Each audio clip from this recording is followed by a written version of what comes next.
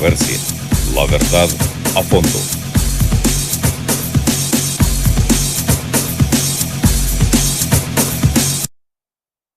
Programa de opinión con análisis de la realidad nacional. Controversia. La verdad a fondo.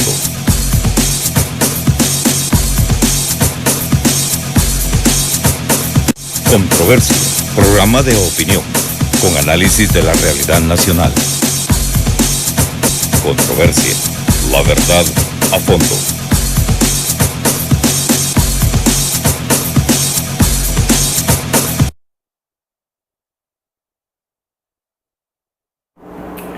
Gracias por acompañarnos. Es Televisión Oriental, Canal 23, transmitiendo desde San Miguel para todo el país y en las redes sociales para todo el mundo. Placer estar con ustedes a esta hora de la noche, domingo, en horas de la noche. Un clima agradable en nuestro El Salvador, más que todo el de la zona oriental.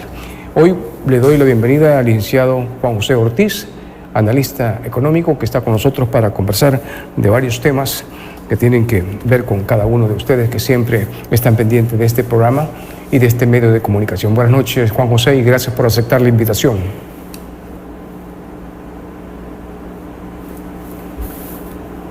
Buenas noches, Mario, un placer saludarte. Gracias por invitarnos nuevamente a tu importante espacio de opinión y bueno, pues el saludo para las personas que nos sintonizan a esta hora. Bueno, hay una situación de la población que siempre está pendiente de las condiciones económicas, ese proceso que tienen todos los salvadoreños que en sus diferentes manifestaciones de fuerza laboral han permitido que el país vaya creciendo, y ese músculo económico de la fuerza de productividad de los trabajadores permite que el país esté en otras condiciones, tal vez mejor, tal vez no mejor, pero esa es la idea. Entonces, esos trabajadores que también cotizan, tanto AFP como el Seguro Social, están siempre pendientes de cómo va a estar su situación para la jubilación. Y se está hablando muchas veces de las pensiones, de la jubilación. Y hay mucha información que polula en el ambiente que permite a veces rumores que no están concretizados, que tan cierto es que la situación para dentro de 1 año o 2 años no va a haber dinero para las personas que se van a pensionar. ¿Qué sabe Juan José Ortiz acerca de esto? Bueno, el problema de pensiones es crítico y ya no solo lo dice Juan José Ortiz o Patricio Pineda o gente que ha hablado mucho sobre el tema. Lo ha dicho el Fondo Monetario Internacional. Tanto así es la crisis, pues, que el Fondo Monetario ha puesto como condición para el otorgamiento del préstamo de $1.400 millones al gobierno salvadoreño, a presentar una reforma en el 2026, dado que si esta reforma no se implementa, pues el fondo ha sido categórico en señalar que en 2027 el fondo de pensiones puede colapsar. Ahora, este es un tema complejo, Mario, porque yo creo que para entender el problema de las pensiones hay que remitirnos a la génesis. Y la génesis solo tiene 2 alternativas. Yo siempre he insistido que para entender el problema debemos de definir qué son las pensiones. Y desde mi perspectiva, pues las pensiones solo tienen 2 definiciones. O son un negocio o son un derecho humano. Y dependiendo cada una de estas definiciones, pues así será la reforma que debe de implementar el gobierno salvadoreño para que el sistema no colapse. Yo soy de la idea que desde mi perspectiva las pensiones son un derecho humano.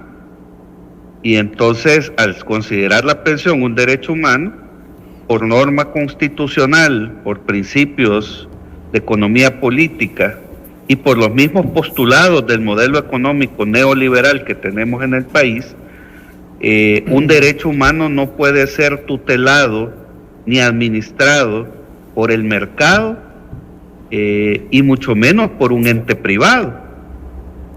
Los mismos postulados del modelo económico vigente en El Salvador señalan que la economía debe de ser administrada por el mercado y los derechos sociales deben de quedar en manos del Estado.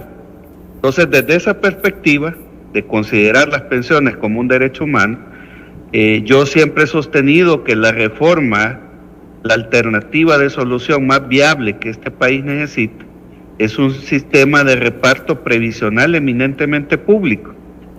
Y aquí quiero hacer una acotación, Mario, para aquellos que son amantes del modelo neoliberal, ¿verdad? Del modelo que está vigente desde hace 37 años en el país. Cuando yo hablo que el sistema de pensiones debe de volver a ser eminentemente estatal, yo no estoy pensando en Cuba, no estoy pensando en Venezuela, no estoy pensando en la Unión Soviética. Los 7 países más desarrollados del capitalismo tienen sistemas de reparto previsional público. Estados Unidos, Canadá, Gran Bretaña, Francia, Alemania, Países Bajos, Australia, es decir, todo el mundo capitalista desarrollado tiene sistemas de pensiones eminentemente estatales. Entonces, yo sigo sosteniendo, ¿verdad? Por más de 15 años he sostenido que fue un error privatizar el sistema de pensiones. Fue una gravísima decisión en materia económica que las AFP administren el fondo de pensiones.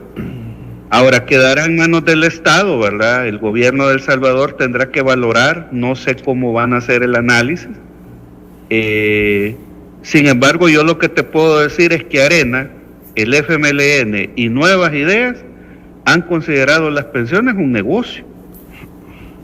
Voy a expresar lo siguiente para los amigos que siempre están pendientes del programa. Estamos conversando con Juan José Ortiz, economista.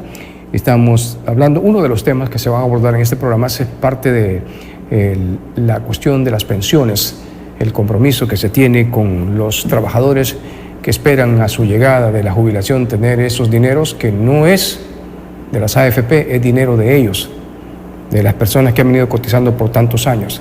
Entonces esto hace la interrogante constante, y esos que no son dineros privados, y que esos dineros privados de una persona que le están tocando esos dineros, su dinero para poderse jubilar, es algo personal que cuando se toca esos dineros privados puede recurrir a la sala de lo constitucional porque le están tocando cosas que le pertenecen y que son únicamente de aquellas personas que han cotizado por mucho tiempo. Entonces, los que se ven afectados por esta situación podrían elevar a esto a una cuestión constitucional en la sala de lo constitucional, Juan José. Bueno, habría que revisar, Mario, porque como te decía al final de mi primera intervención, los 4 gobiernos de Arena, los 2 del FMLN y los 2 gobiernos que van en este momento de Nuevas Ideas, han considerado las pensiones un negocio. ¿Qué quiero decir con esto? Que en el proyecto de ley de privatización, ¿verdad?, de ingreso de las AFP al mercado de las pensiones, los gobiernos de turno se aseguraron que por ley, ¿verdad?, el sistema previsional pueda proveer de recursos al Estado para el funcionamiento del aparato público. Ahora, cada gobierno fue, digamos, adaptando ciertas reformas que le permitieran al Estado, ¿verdad?, poder sustraer o poder obtener recursos del fondo de pensiones. Por ejemplo, ¿verdad?, para ser muy breve, en el gobierno de Antonio Saca se creó el famoso decreto 100, el famoso fideicomiso. ¿En qué consistía ese famoso decreto 100? En que el sistema previsional, como tú bien señalas, que es eminentemente privado, por ley obliga para que el Estado pueda obtener determinados recursos de esos fondos privados para cumplir las obligaciones del Estado. Una segunda reforma que creo que fue importante en este tema de las pensiones la hizo el FMLN, ya en gobiernos del FMLN. El FMLN hizo 2 reformas que creo vale la pena volver a recordar. El FMLN lo que planteó en una reforma a la ley de pensiones fue que los cotizantes podían retirar el 25% de todos sus ahorros, ¿verdad?, para atender distintas necesidades que el cotizante tuviera. claro, ¿verdad? En ese momento el FMLN vendió esa propuesta, ¿verdad?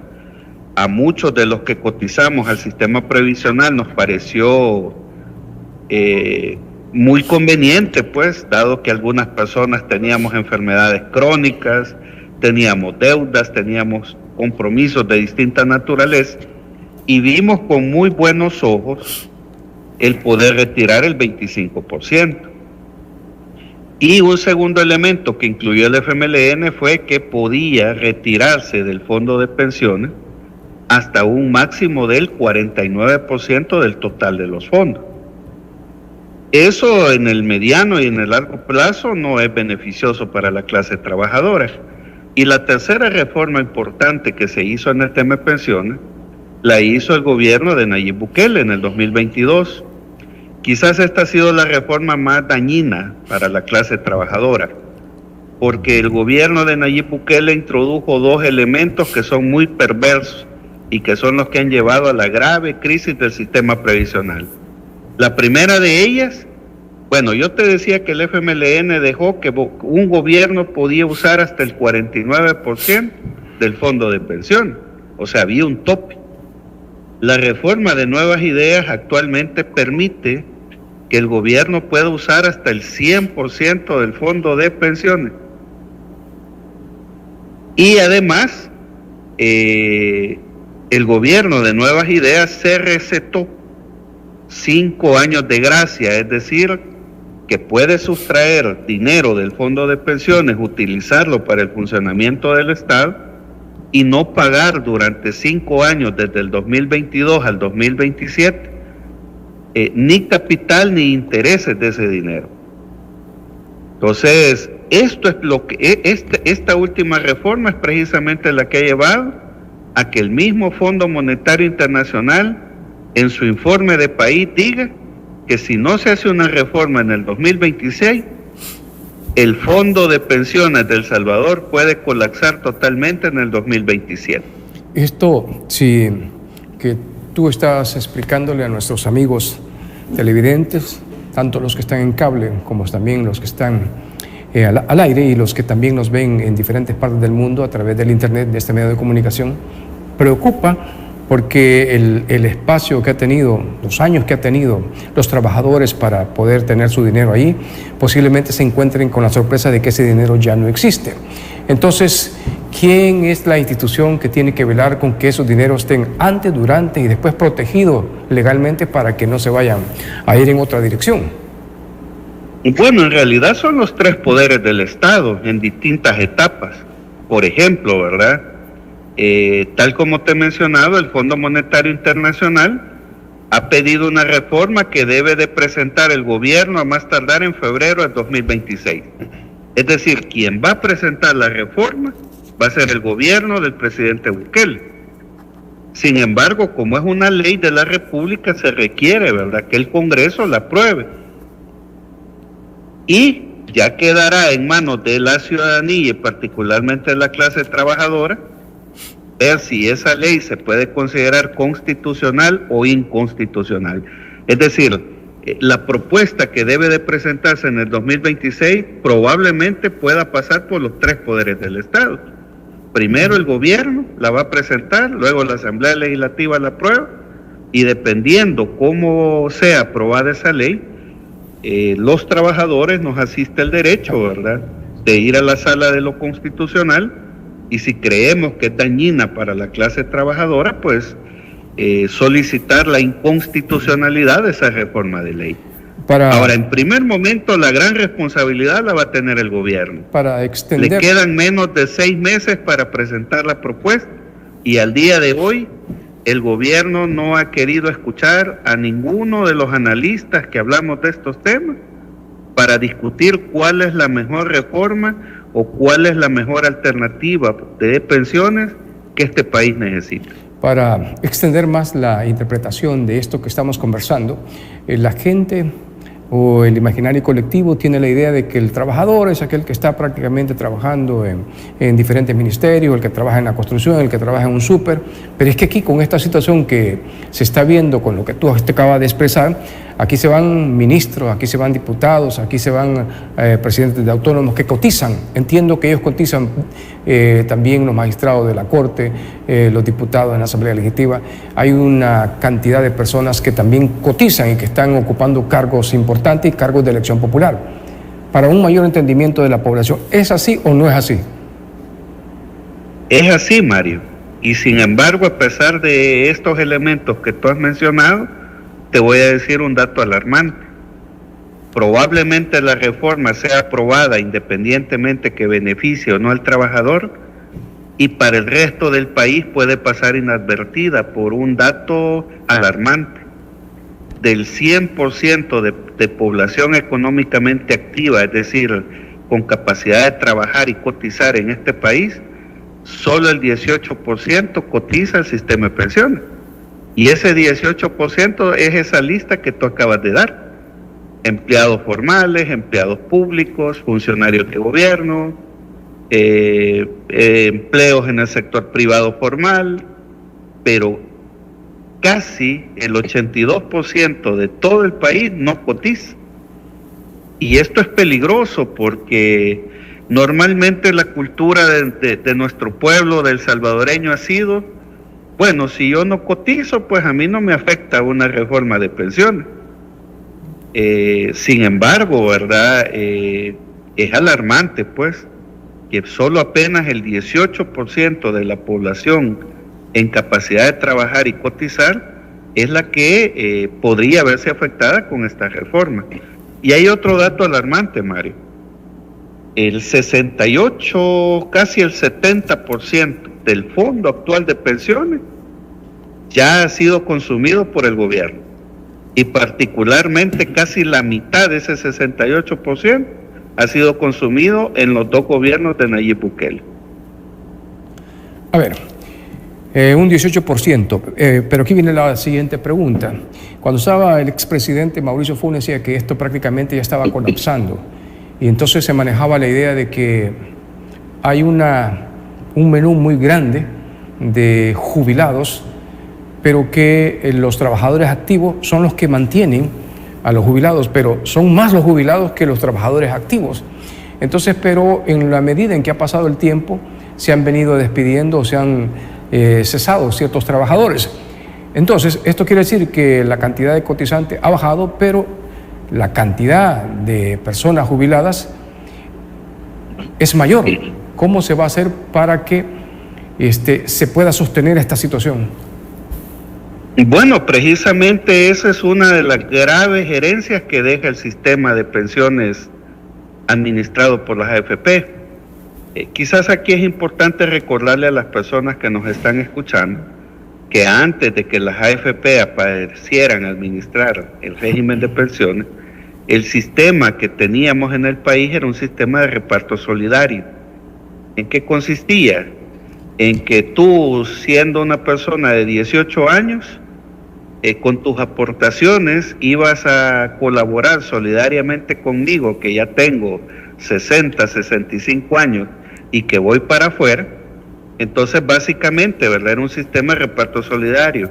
Los jóvenes que ingresaban a cotizar financiaban prácticamente, ¿verdad?, la pensión de los adultos que ya vamos fuera del mercado laboral. Cuando se privatizó el sistema en las administraciones de Arena con el gobierno de Calderón Sol, eso cambió totalmente. Dejó de ser un reparto solidario, ¿verdad? Es decir, los jóvenes financiaban a los viejos que se jubilaban y se empezaron a crear cuentas individuales. Y entonces se le vendió a la gente, ¿verdad?, la idea de que era ridículo que tú, siendo joven, estuvieras financiando a los viejos. Y entonces se le vendió la idea a la gente, ¿verdad?, que era mejor que tú ahorraras para tu propia vejez. Eso 25 años después ha venido a demostrar el colapso que tenemos en este momento. A eso hay que agregarle las 3 reformas, como te digo, importantes que han habido desde 1997. La primera la hizo Saca con el decreto de fideicomiso, el decreto 100. Eso le permitía al Estado extraer dinero del fondo de pensiones. Luego vino el FMLN, ¿verdad? Donde sube el techo hasta 49% del fondo, pero para que la clase trabajadora no se molestara, aprobaron que tú podías retirar el 25% de los fondos que habían en tu cuenta privada. Y la última reforma, que creo yo que es la más perversa, porque Nayib Bukele le quita el techo de 49%. Hoy, si el gobierno tiene necesidad de echar manos del fondo de pensiones, puede usar hasta el 100% del fondo, con el agravante que desde 2022 hasta 2027 no va a pagar un tan solo 5, ni en capital ni en intereses. Y por eso es que el Fondo Monetario ha dicho que si no se hace una reforma en el 2026, precisamente en el 2027, que se vence ese periodo de gracias que Nuevas Ideas se recetó, es el que va a poner en colapso al sistema de pensiones. Una apreciación también de lo que se está viendo en este ambiente y preocupación tanto de los trabajadores como los que ya están jubilados, es que se ha mencionado, y lo digo de esta manera para tener un mayor entendimiento, que pulula en el ambiente ciertos rumores que se dice, tal vez, quizás, a lo mejor, que el Fondo Monetario Internacional está solicitando un aumento más de año y que la gente ya no se jubile con la edad que se había mantenido en este tiempo, porque la situación está bien complicada. Entonces, esto viene condicionado, según los que están criticando constantemente a los que detentan el poder, están criticando que esto es las condiciones que está haciendo el Fondo Monetario Internacional en función de seguirle prestando dinero siempre y cuando hagan lo que ellos creen pertinente en la cuestión de la economía de El Salvador. Bueno, fíjate que el Fondo Monetario Internacional pues es un organismo bastante técnico. Lo que te voy a decir es una suposición, un supuesto mío, ¿verdad? Probablemente el Fondo Monetario lo que hace es poner en la mesa del gobierno las dos alternativas, es decir, seguir con el régimen de pensiones actual administrado por las AFP o volver a un sistema de reparto eminentemente estatal. Ahora, no es el fondo el que impone las condiciones, al final es el gobierno quien va a tener que valorar, como te decía al inicio, si sigue considerando las pensiones un negocio, probablemente, ¿verdad?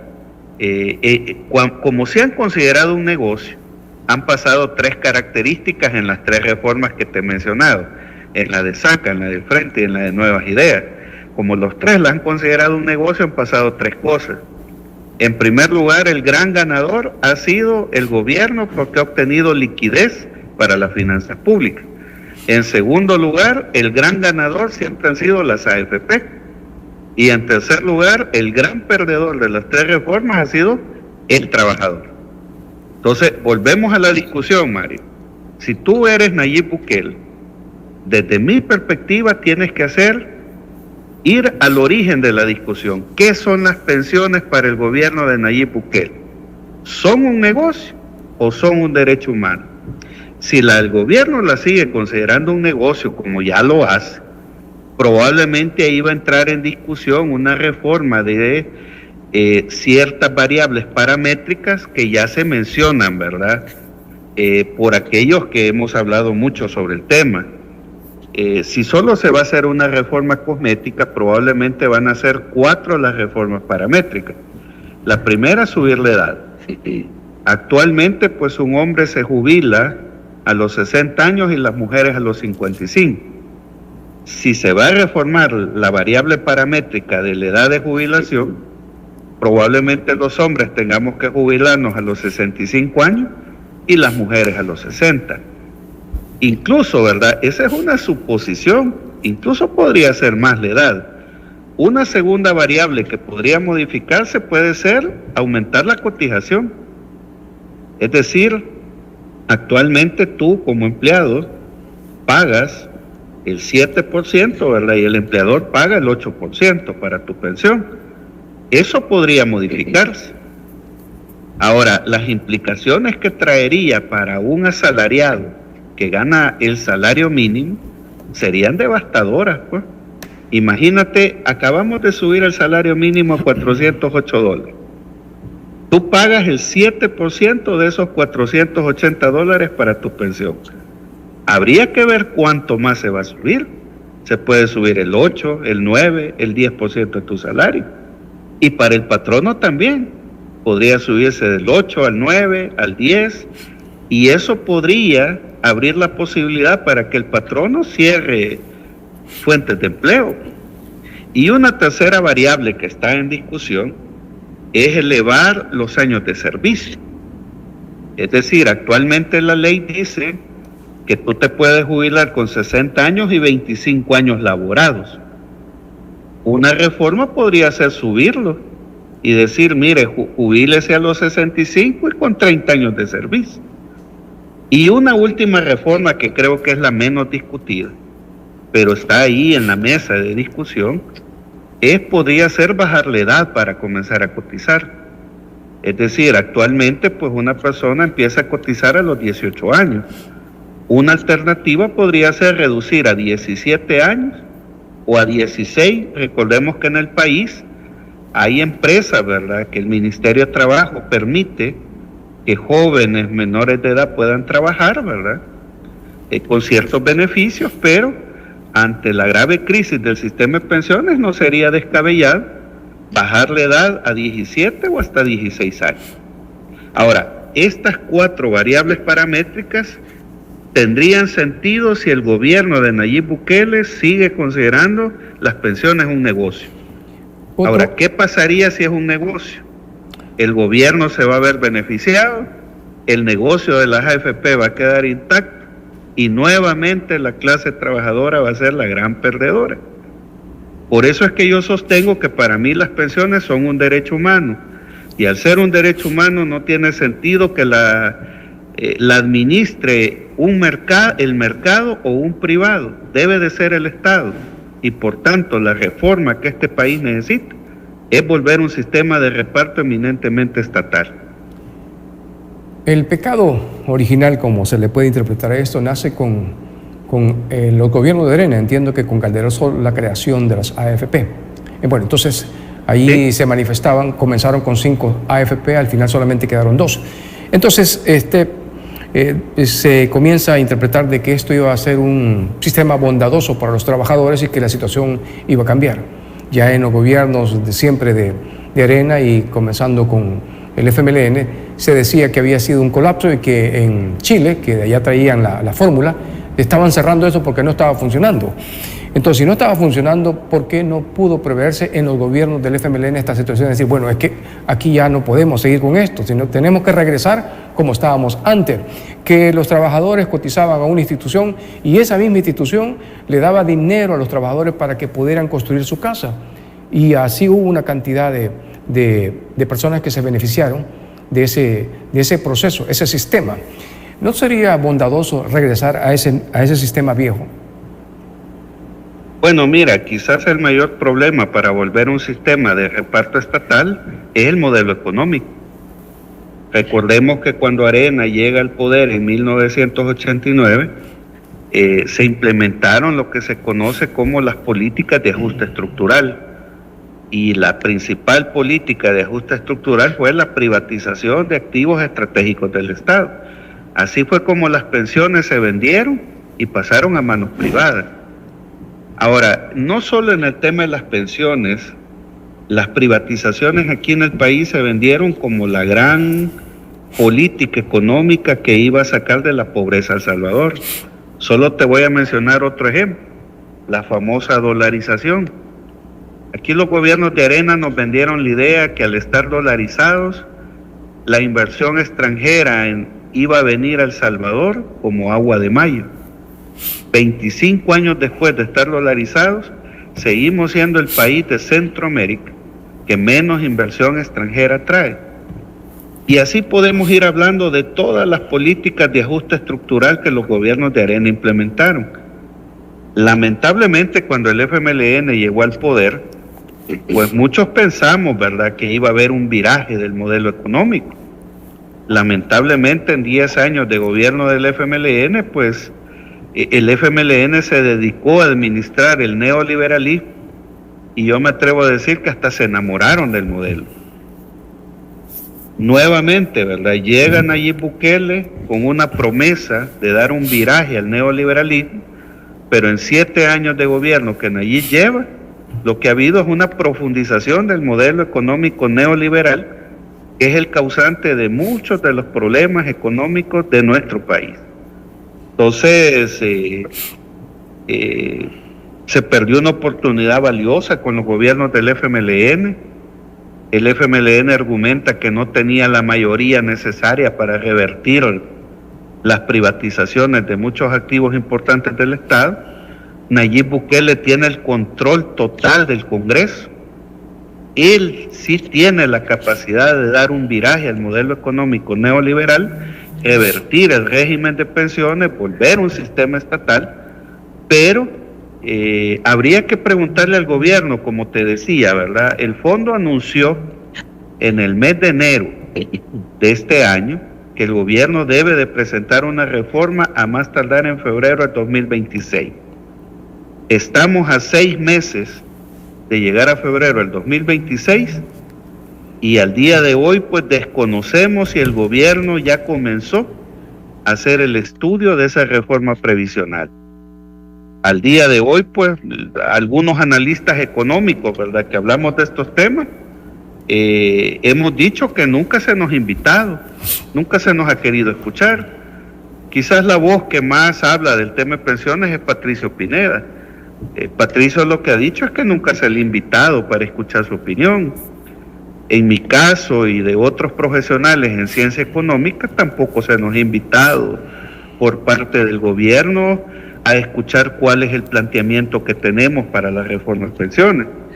Entonces, a 6 meses de que el gobierno tiene para presentar esta reforma, es una total incógnita cuál va a ser la reforma que el gobierno de Nayib Bukele va a presentar para las pensiones. Pero como te digo, si Nayib decide mantener la idea de que las pensiones son un negocio, entonces nuevamente el gobierno va a salir ganando, a las AFP se les va a mantener el negocio, los grandes perdedores vamos a ser la clase trabajadora y probablemente se pongan en discusión estas 4 variables paramétricas: subir la edad para jubilarse, subir la cotización, subir los años de servicio o probablemente, ¿verdad?, bajar la edad para iniciar a cotizar. Decía este conocedor también que toca estos temas acerca de las pensiones, decía, nos guste o no le guste, esto va a ir. Hay que irse preparando porque esta situación, van a subir los años, posiblemente también la cotización, todo esto va a subir porque las exigencias son tan fuertes y esto nos guste o no nos guste, se va a dar. A ver, esto que está sucediendo, ¿hay experiencia en otros países de lo que está viviendo El Salvador con sus trabajadores? Bueno, recordemos que el modelo actual de pensiones que tenemos es una copia tropicalizada de lo que fue la privatización de las pensiones en Chile. Vuelvo a insistirte, ¿verdad? El modelo neoliberal vigente desde 1989 hasta ahora, 37 años de neoliberalismo, han puesto al descubierto que estas decisiones de privatizar activos estratégicos del Estado son un fracaso, que los grandes ganadores han sido los empresarios, que los grandes ganadores han sido el Estado en el caso de las pensiones, y que los grandes perdedores siempre hemos sido el pueblo y la clase trabajadora. Y yo creo que aquí es importante, pues, porque a pesar de que Patricio y otros economistas y otros profesionales que tenemos conocimiento del tema emitimos opinión, creo que es fundamental que la gente tenga clara, el debate sobre las pensiones no es un tema técnico, el debate de las pensiones es un tema eminentemente político. Y cuando vuelvo a repetirte. Y cuando se está hablando constantemente en El Salvador la forma y el manejo técnico que se ha hecho con las pensiones, que también se ve El Salvador con los organismos internacionales, con inversiones internacionales que dicen, bueno, podemos invertir, pero está sucediendo esta situación en El Salvador, entonces esto nos puede afectar o no nos puede afectar. ¿Cómo se ve el país en esta situación? Bueno, no lo digo yo, ¿verdad? Lo dicen los informes de los organismos financieros internacionales. el Banco Mundial, el Fondo Monetario, el Banco Interamericano de Desarrollo, la CEPAL, todos coinciden que El Salvador es el país que menos crece en Centroamérica. Todos esos informes coinciden que El Salvador nuevamente es el país que menos inversión extranjera atrae. En el 2024 hubo más de 10.000 despidos en el sector público. O sea, hay 10.000 personas o más, no lo sabemos, ¿verdad?, que dejaron de cotizar al sistema de pensiones. Seguimos siendo el país, ¿verdad?, que 25 años después de estar dolarizados, que se nos vendió la idea que al dolarizar íbamos a ser un país atractivo para la inversión, 25 años después seguimos siendo el país que menos inversión atrae. Y conste que 22 años después de dolarizados, nos vinieron a vender la misma idea con el Bitcoin. Nos vinieron a decir que el Bitcoin era la gran política económica que iba a convertir a El Salvador nuevamente en el Singapur de Centroamérica, que la inversión extranjera iba a venir aquí atraída por el Bitcoin. ¿Qué está diciendo el Fondo Monetario? Que debe desmantelarse el Archivo Wallet. Los mismos aliados del gobierno en el tema de criptomonedas se están retirando del país, lo han dicho públicamente en las redes sociales. Nos vamos de El Salvador porque nos mintieron con el tema del Bitcoin. Entonces, todo este tipo de cosas, como te digo, ¿verdad?, vienen a agravar la situación económica del país. Tanto así, ¿verdad?, que tenemos crisis en el sistema financiero, crisis en el sistema de pensiones, crisis en el sistema financiero cooperativo con casos como el de COSABI y otras cooperativas que están colapsando en el sistema financiero cooperativo. Esta crisis es la que finalmente lleva al gobierno a plantearle un salvataje al Fondo Monetario por 1.400 millones de dólares. Ahora, lo que el fondo está haciendo es poniendo condiciones para garantizar que el gobierno de El Salvador le pague esos 1.400. Y una de esas condiciones precisamente le dice al gobierno, mire, deje de estar echando mano del dinero de los trabajadores, busque fuentes de financiamiento alternativas, porque si usted sigue con esa voracidad de seguir sacando dinero del fondo de pensiones, las pensiones en 2027 van a colapsar. Y por eso creo yo que el debate es más político. A ver. Es decir, la concepción política de qué son las pensiones. O son un negocio o son un derecho humano. Bueno, son los dineros de los trabajadores prácticamente. Gracias a aquellos que están siempre pendientes del programa y a aquellos que están fuera de nuestro país y nos están viendo en Facebook, en YouTube, en X. Les agradezco mucho sus aportes y sus preguntas. Hay preguntas interesantes y hay preguntas que desautorizan al gobierno, al presidente, a nuestro invitado. Eso no lo consumimos aquí, ese tipo de texto no lo consumimos. Consumimos aquellos textos que nos permiten elevar la discusión a otro nivel.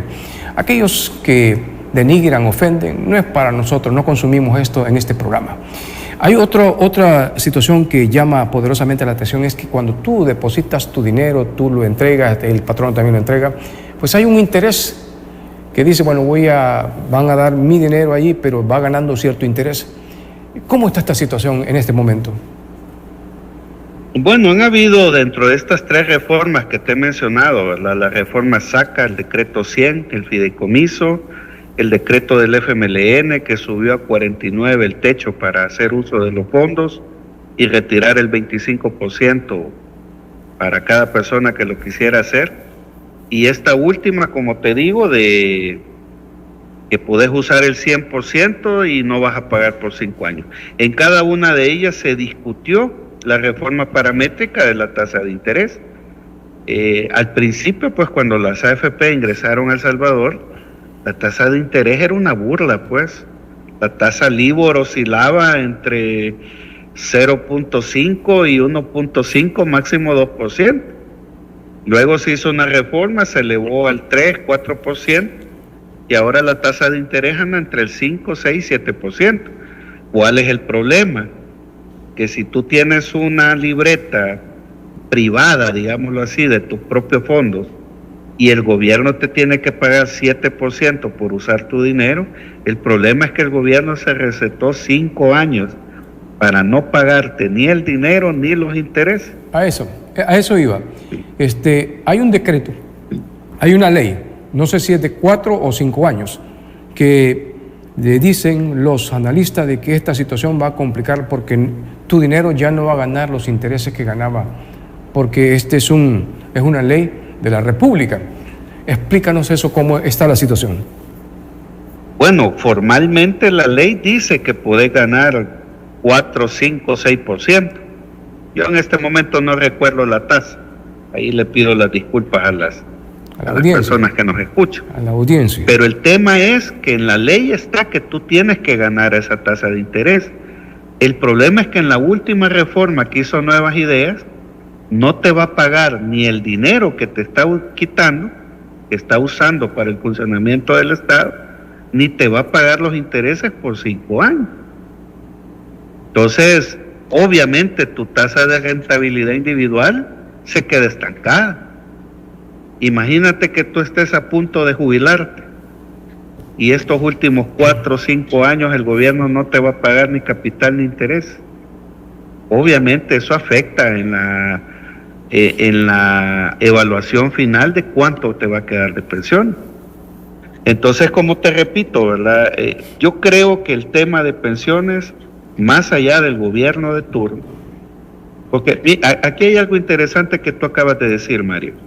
Hay gente descalificando mi análisis porque dice que estoy criticando al gobierno. Yo he dicho que los gobiernos de Arena, los gobiernos del FMLN y los gobiernos de Nuevas Ideas han considerado las pensiones un negocio. O sea, no sé si quienes son simpatizantes del gobierno no escuchan o no quieren escuchar los análisis. Arena, el FMLN y Nuevas Ideas han considerado las pensiones un negocio. Y al ser un negocio han pasado 3 cosas. Se han visto beneficiados los gobiernos de turno, es decir, se vio beneficiado Arena, se vio beneficiado el FMLN y hoy se ve beneficiado Nuevas Ideas. Segundo, le han mantenido el negocio a las AFP, tanto Arena, tanto el FMLN como Nuevas Ideas. Y el gran perdedor ha sido el trabajador en los gobiernos de Arena, en los gobiernos del FMLN y en los gobiernos de Nuevas Ideas. Entonces, yo no estoy criticando al gobierno actual. Lo que estamos diciendo es que la reforma de pensiones actual vigente en El Salvador, que es una reforma que incluyó a las AFP para administrar pensiones, es un fracaso del modelo económico que Arena, el FMLN y Nuevas Ideas han administrado. Bueno, hay comentarios interesantes aquí. Dice este amigo que siempre está pendiente del programa, quiero agradecer a todos aquellos que siempre nos escriben. Dice aquí Julio César Roda, dice que diga cuántos millones han crecido la reserva del Estado al Bitcoin y por qué no presentan un nuevo modelo económico que revolucione al mundo, que sustituya el neoliberalismo. Dice Julio César Roda, está con nosotros a esta hora. ¿Cómo ves esta situación? Bueno, mira, según el mismo presidente de la República, pues que ha celebrado con bombo y platillo, bueno, en primer lugar, el dinero que la Chihuahuales de gobierno tiene ha llegado a un monto de 760 millones. Pero sí me veo en la obligación de aclararle a la persona que escribe que esas no son reservas internacionales. Las reservas internacionales están en moneda que la mayoría de países del mundo han acordado como moneda de intercambio comercial. Ahora, el Bitcoin no es reconocida como moneda de intercambio comercial, entonces no se pueden considerar reservas internacionales. Lo que sí hay es un acumulado de 760 millones de dólares.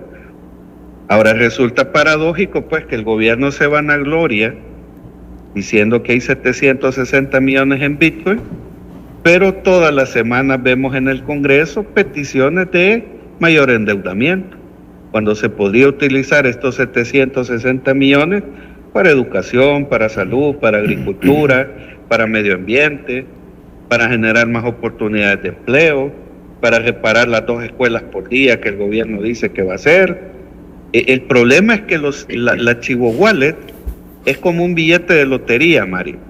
Imagínate que tú eres pobre, compras un billete de lotería y te ganas la lotería.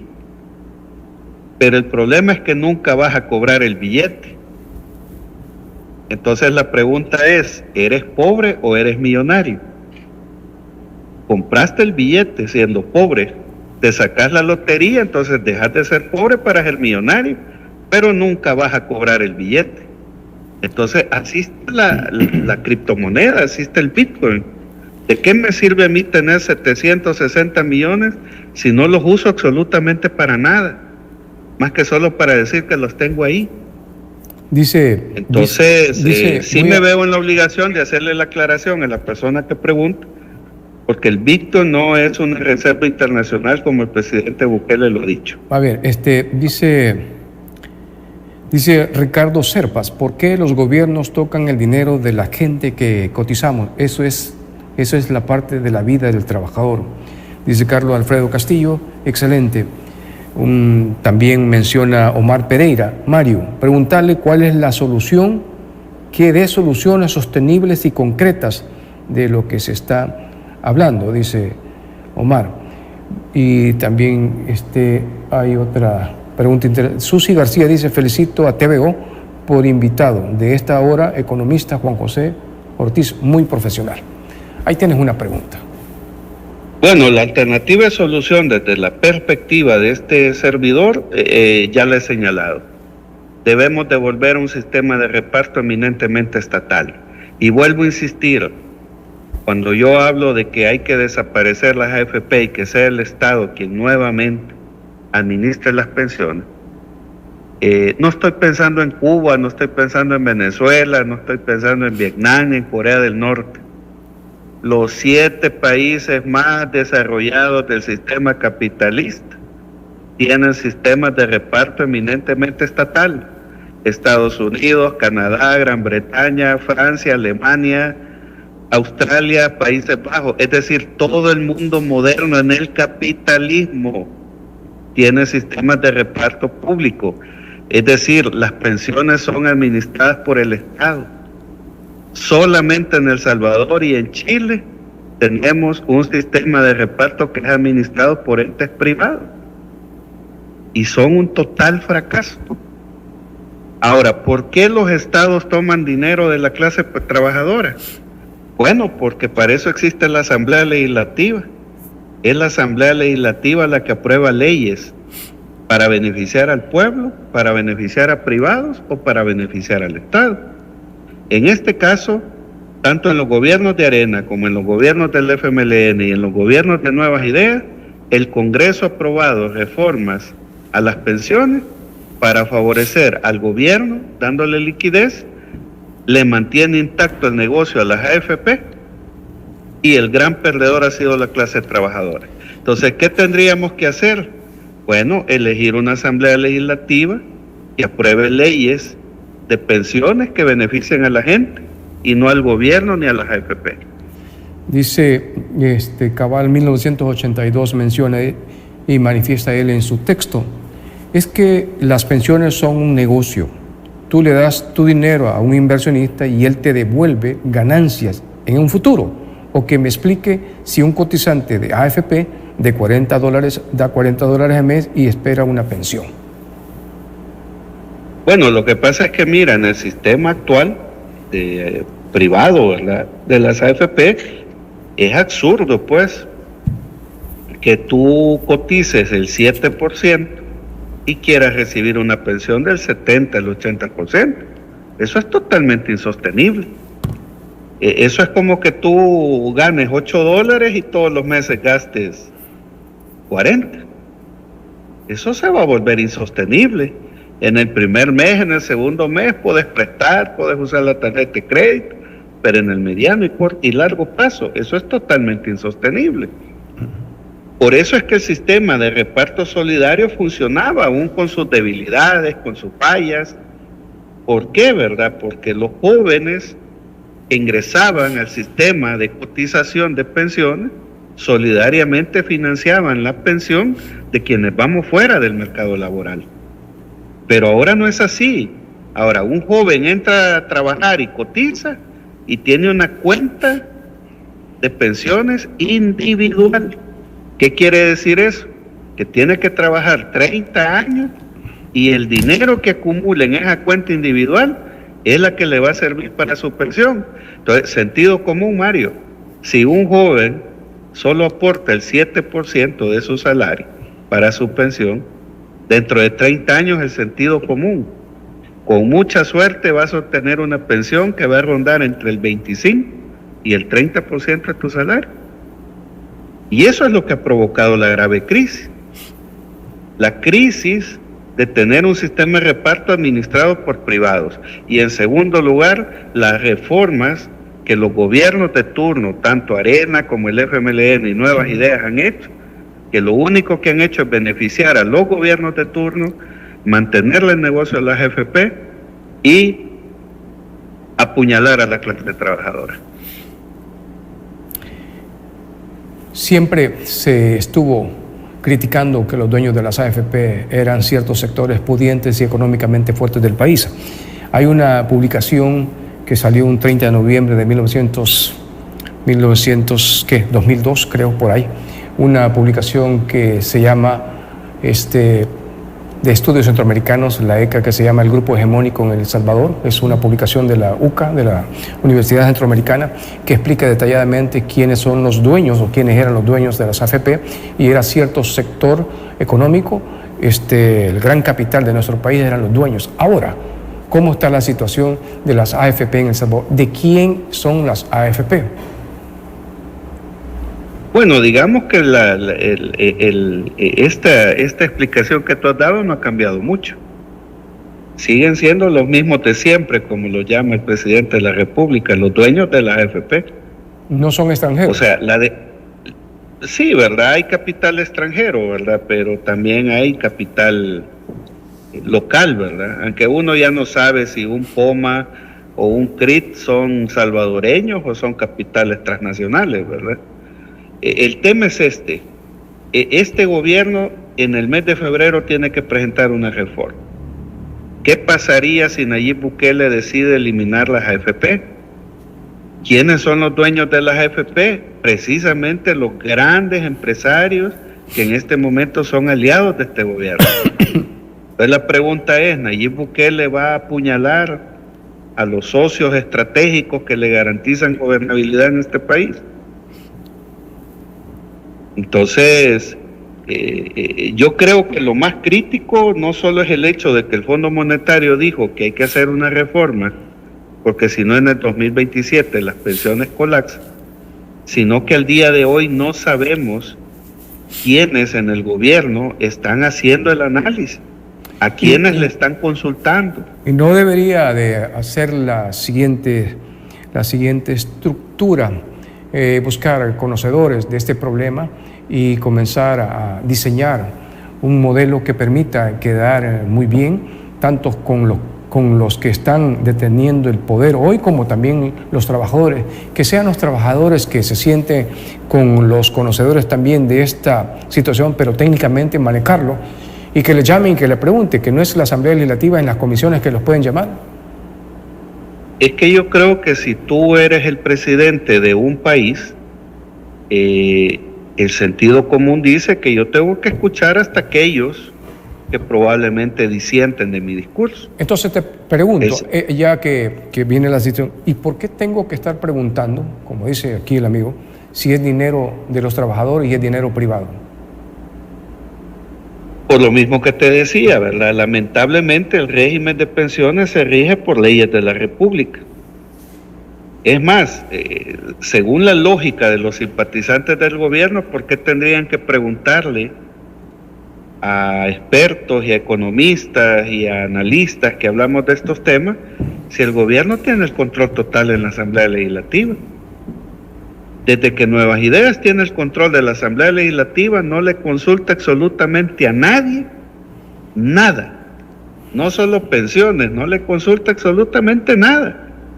metieron el Bitcoin y no le preguntaron a la gente si estaba de acuerdo o no.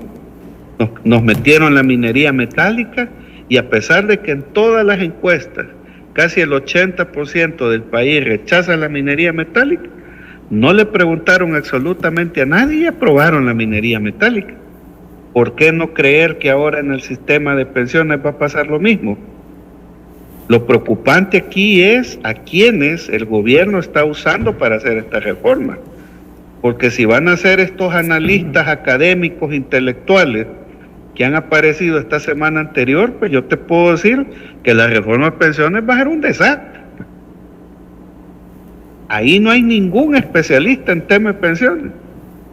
Bueno, de entrada ni uno de ellos es economista, ninguno de ellos es administrador de empresas, ninguno de ellos es experto en hacer análisis actuarial, es decir, análisis del valor del dinero en el tiempo. Entonces, la gran pregunta aquí es para el gobierno. Tiene que presentar una reforma en febrero. Es que ¿quiénes son los representantes del gobierno que están trabajando esta reforma? En este sentido es que este programa invita a personas conocedoras técnicamente que nos permitan entender qué es lo que está sucediendo. Ya aquella exposición ideológica, política, no tiene nada que ver con cuestiones técnicas que le permita dar nombres, apellidos y que le permita dar soluciones a la problemática. Aquellos que tienen un pensamiento ideológico partidario tienen un sesgo más que todo de análisis más sesgado. Aquí menciona una persona y dice lo siguiente, voy a leer, lo digo porque están manifestando algunas preguntas interesantes. Dice, yo recuerdo, dice Elmer Lobo, recuerdo el año de 1998 cuando me afiliaron a las AFP y eso fue un grave error y eso lo hizo por sus intereses Alfredo Cristiani. Él fue de esa mala idea. Entiendo que fue Calderón. ¿O quién fue? Bueno, el gobierno de Calderón Sol, pues, pero en teoría era una ampliación. Bueno, es que el neoliberalismo tuvo 4 gobiernos de Arena. Porque en ese documento que aparece ahí, de apellido Paniagua, este muchacho que escribió esa tesis, el grupo hegemónico, aparece esta persona que era uno de los propietarios de las AFP. Sí, es que es lo que tú decías. Los actuales dueños de las AFP no han variado mucho. Si la gran pregunta es si siguen siendo capital nacional o capital transnacional. Yo no sé si Roberto Crit, el señor Poma, el señor Callejas se consideran capitales nacionales con identidad salvadoreña o son capitales transnacionales que no tienen identidad. Entonces, la discusión aquí, y mira, es interesante lo que el fondo planteó. Dejemos de hablar de pensiones. El fondo ha dicho hay que crear nuevos impuestos. Y uno de los impuestos que está hablando el Fondo Monetario es un impuesto al patrimonio, que lo quitó precisamente el gobierno de Alfredo Cristiani, el primer gobierno de Arena. Cristiani le quita el impuesto al patrimonio para beneficiar a los grandes empresarios y millonarios de este país. Ahora el Fondo Monetario dice, las finanzas de El Salvador están en crisis, hay que crear nuevos impuestos. Y probablemente el fondo ha puesto las dos alternativas. O subirle al IVA, que golpea a toda la clase pobre de este país, o un impuesto al patrimonio. Entonces la pregunta es, ¿qué va a hacer Nayib Bukele? Si Nayib Bukele aprueba un impuesto al patrimonio, eso implica colocarle impuestos a 160 familias en este país. Ahora, ¿cuál es el problema de eso? Que esas 160 familias son socios y cogobiernan y le generan gobernabilidad al gobierno de Nayib Bukele. Entonces, no solo es un tema de las pensiones, el Fondo Monetario, como te digo, es un ente técnico. A ver. Probablemente el fondo ha dicho, mire, o le sube al IVA o clávese a estas 160 familias. ¿Qué harías tú si fueras Nayib Bukele? Yo me trabaría a las 160 familias. ¿Cuál es el problema? Que si les clavo un impuesto al patrimonio al señor Crit, al señor Callejas, al señor Poma, a la familia Murray y otros nombres por ahí, ¿verdad? Que han sido financistas del partido Arena financistas de los mismos de siempre, pero ahora son socios estratégicos de este gobierno. Entonces en el tema de las pensiones es lo mismo. Porque Tú decides, la consideras un negocio, entonces la reforma nuevamente va a favorecer al gobierno, a las FP y los trabajadores pierden. A ver, si decides que la reforma sea considerar la pensión un derecho humano, hay que desaparecer las FP y volver a un sistema estatal. Pero eso golpea a los empresarios aliados de este gobierno. Pero antes de que desaparezca, porque también me tengo que ir a un corte comercial, la pregunta más pragmática que se tiene o que se debe hacer es: ¿cuánto dinero deberían de tener los trabajadores en todo lo que ha cotizado en todo este tiempo? ¿Y cuánto dinero hay hoy, en este momento? ¿Con qué cuenta? ¿Tú sabes eso? Bueno, mira, según los datos, ¿verdad?, que el mismo Banco Central ha publicado, la deuda de pensión, vamos a ir hablando en términos generales para que la gente entienda. La deuda de todo este país prácticamente ya llega al 90%. Es decir, de cada dólar que la economía del país produce, ya se deben 90 centavos. Ahora, de esa deuda que casi llega al 90%, 22% son pensiones. ¿Qué quiere decir eso?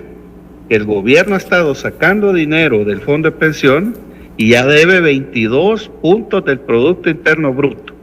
En buen salvadoreño, de cada 100 dólares que hay en el fondo de pensiones, el gobierno ya utilizó entre el 65 y 70 dólares. Es decir, el fondo de pensiones actualmente solo le queda 30% de todo el monto que ha habido desde que se aprobó en 1998 las AFP. Entonces, como bien dice el Fondo Monetario, si el gobierno sigue sustrayendo dinero del fondo de los trabajadores, de un 100%, en el 2027 ese 30% va a terminar de desaparecer. De un 100% de todo el dinero de los trabajadores desde el siglo pasado hasta ahora, de un 100% solo hay un 30%. Ya el otro, más o menos. Ya el otro dinero se ha comprometido ya entre el 65 y el 70%. El 70%. 65-68%. Entonces, prácticamente hay un 30%. Con eso se cuenta para estarle pagando a los jubilados. Con ese dinero. Así es. Entonces, hay una cantidad de trabajadores que estaban cotizando, han sido despedidos, ya no están cotizando. Eso quiere decir que va a bajar la cantidad de dinero que se estaba cotizando en función de tener este 30%. ¿Cuánto hay ahora? ¿30% o menos? Bueno, el dato del Banco Central habla de entre el 65 y el 68%. Redondeémoslo a 70, pues, para hacer más fácil el análisis. De aquí al 2027, si no se hace una reforma de pensiones que vuelva sostenible el sistema, ese 30% también corre peligro. ¿Por qué? Por la última reforma que hizo nuevas ideas, que le permite al gobierno sacar hasta el 100% del dinero para el funcionamiento del aparato del Estado y obligaciones que tiene el Estado, con el agravante que durante 5 años no va a pagar un tan solo 5 de ese dinero utilizado, ni te va a pagar intereses que van a tu cuenta individual. Bueno, gracias por estar con nosotros. Aquellos que nos están viendo fuera de nuestro país, más que todo en Estados Unidos, qué bueno que están con nosotros a esta hora. Les invito a que sigan con nosotros. Vamos a seguir conversando con nuestro invitado, a tocar otro tema. Hoy vamos a una pausa comercial. Ya regresamos. Controversia, programa de opinión, con análisis de...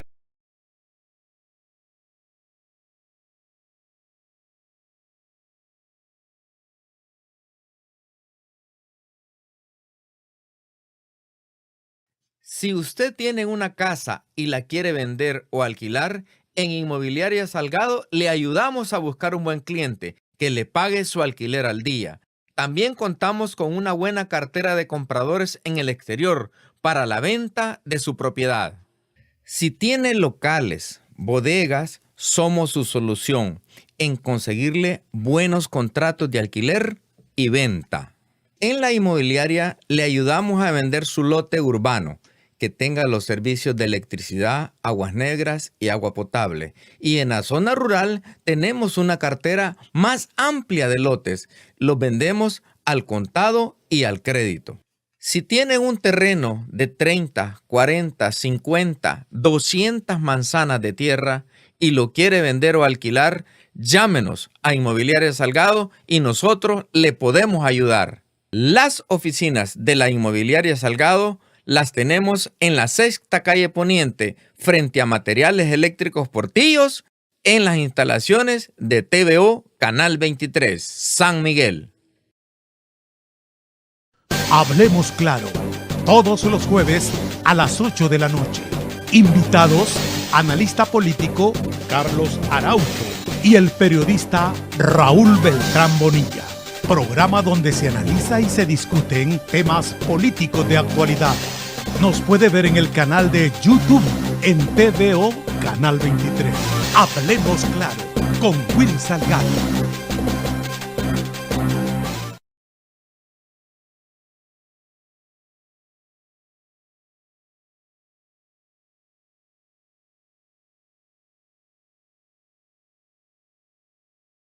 Si usted tiene una casa y la quiere vender o alquilar, en Inmobiliaria Salgado le ayudamos a buscar un buen cliente que le pague su alquiler al día.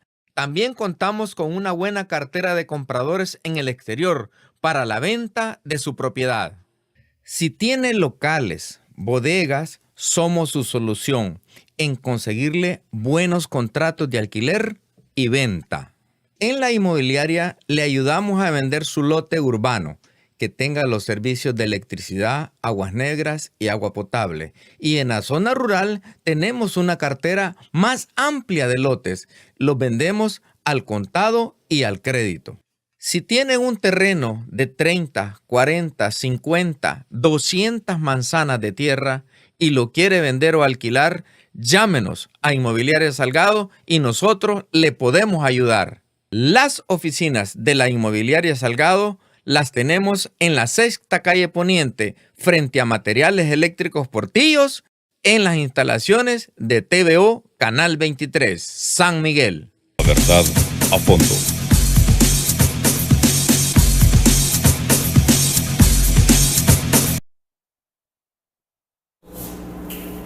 Bueno, continuamos conversando con nuestro invitado, el licenciado Juan José Ortiz, analista económico. Y hay varios comentarios aquí y están solicitando acerca del problema de COSABI. Pero vamos a seguir conversando. Esta situación de las condiciones del Fondo Monetario Internacional, como tú dices, hay muchas aristas en varias situaciones que se están dando y tanto trabajadores de la red de salud pública también están preocupados porque dicen que vienen más despidos. Del Fondo Monetario Internacional le está exigiendo al gobierno que para que sigan dando los préstamos tiene que hacer este tipo de cambios. Juan José. Bueno, mira, quizás aquí hay que ir a la génesis de lo que es el Fondo Monetario. El Fondo Monetario es un banco, es una institución que te presta dinero, que te lanza un salvavidas cuando tus finanzas públicas están en crisis. Ahora, normalmente, fíjate que ha sido interesante, quienes simpatizan con la izquierda siempre han argumentado que las recetas del Fondo Monetario y las condiciones duras que a veces pone el fondo, tiene por objeto fortalecer los modelos económicos neoliberales. Sin embargo, creo que en este informe que el Fondo Monetario ha hecho de la visita que le hizo al país, por primera vez aparecen una serie de recomendaciones que, si el gobierno las cumple, no van orientadas a favorecer al modelo económico. Lejos de eso, si el gobierno de verdad las va a cumplir, que yo creo que no lo va a hacer, pero si el gobierno por una extraña razón decide acatarlas, beneficiaría mucho a la gente. Te voy a poner 3 ejemplos muy concretos. El Fondo Monetario le ha dicho al gobierno que debe de desmantelar la Chivo Wallet. Es decir, el Bitcoin es un fracaso y hay que tirar a la basura el Bitcoin. Al día de hoy el presidente Bukele ha dicho que equivocadamente ha dicho que tenemos 760 millones en reservas de Bitcoin. Yo ya te expliqué que no son reservas, pues, porque las reservas internacionales se dan con la moneda que es reconocida internacionalmente para el intercambio comercial. La reserva internacional universal ha sido el dólar, no ha sido el Bitcoin. El Bitcoin no se utiliza para intercambio comercial entre los países. Pero el tema es que el fondo le ha exigido al gobierno de Nayib Bukele desmantelar el Bitcoin. Al día de hoy, solo el presidente Bukele sabe exactamente cuánto hay en la Chivo Wallet. Ningún salvadoreño sabemos, solo él. Entonces sería interesante si el gobierno va a desmantelar el Bitcoin, pues ahí se puede poner en riesgo y quedar en evidencia de que el Bitcoin ha sido un criptoactivo que ha servido para lavado de dinero, para actividades de carácter especulativa, etcétera, etcétera. Una segunda propuesta que le hace el fondo al gobierno, ¿verdad?, para continuar con el préstamo, es precisamente la reforma a pensiones. El fondo le está diciendo al gobierno: deje de estar sacando dinero de las pensiones, deje de estar usando el dinero de los trabajadores, busque fuentes de financiamiento alternativas, porque si usted sigue usando el dinero de los trabajadores se va a acabar. Y la tercera, solo por mencionarte algunas que tiene el informe, pues, el fondo le dice al gobierno: debe de hacer públicos los informes de auditoría de la ejecución de los presupuestos públicos. Es decir, al día de hoy el gobierno de El Salvador decreta reserva de información en los grandes proyectos estratégicos de infraestructura. Por ejemplo, el famoso viaducto de Los Chorros. La información no se puede ver porque está declarada en reserva por 7 años. Entonces no sabemos quiénes son las empresas que han sido contratadas, si hicieron un proceso transparente de licitación, si hubo compadrazgo, clientelismo a la hora de adjudicar la obra, etcétera, etcétera. Estas tres cosas las está pidiendo el fondo. Sí, esa información salió esta semana creo. Me llama la atención esta publicación. ¿Qué tan fuerte y tan vinculantes son estas expresiones de parte del Fondo Monetario o de las personas que están viniendo al país para verificar que se están cumpliendo, para poderle decir: bueno, estás cumpliendo, aquí te doy más dinero? Pero esto, cuando dicen que hay que publicar las inversiones públicas que se están haciendo, ¿qué tan vinculante es para que digan: sí, bueno, ahora en adelante vamos a quitar todas aquellas normas que han permitido que ya se le quite toda la reserva para que ustedes nos puedan dar dinero? Bueno, mira, es interesante tu pregunta, porque en teoría son recomendaciones, pero son de obligatorio cumplimiento. Es decir, en buen salvadoreño yo uso esta frase muy coloquial: a Dios no se le rebuzna, se le hace caso. O sea, o cumplís. Si no cumplís, adiós 1.400 millones. Entonces aquí el reto ahora es para el gobierno. Y te voy a seguir citando porque ya lo hablamos. El fondo también le dice al gobierno: hay que crear nuevos impuestos. Y lo más seguro es que el fondo le ha dicho: o sube el IVA al 15%, pero también están estas alternativas. Hay que crear el impuesto predial, el impuesto al patrimonio, hay que subir los impuestos al tabaco y al alcohol. Esta semana salió que también el fondo habla de un fondo por carbono. Yo incluso le agregaría un impuesto especial a los polímeros, es decir, a toda aquella industria que utiliza plástico que contamina para ofrecer bienes y servicios. Es decir, el fondo lo que te da es un abanico de opciones. Finalmente eres tú como gobierno quien tiene que tomar las decisiones. Ahora, si tú eres un gobierno neoliberal, pues las decisiones que vas a tomar en 37 años que llevamos de modelo, yo no he visto una medida neoliberal que beneficie a la gente. Privatizar las telecomunicaciones, privatizar ingenios, privatizar pensiones, no ha beneficiado a la gente.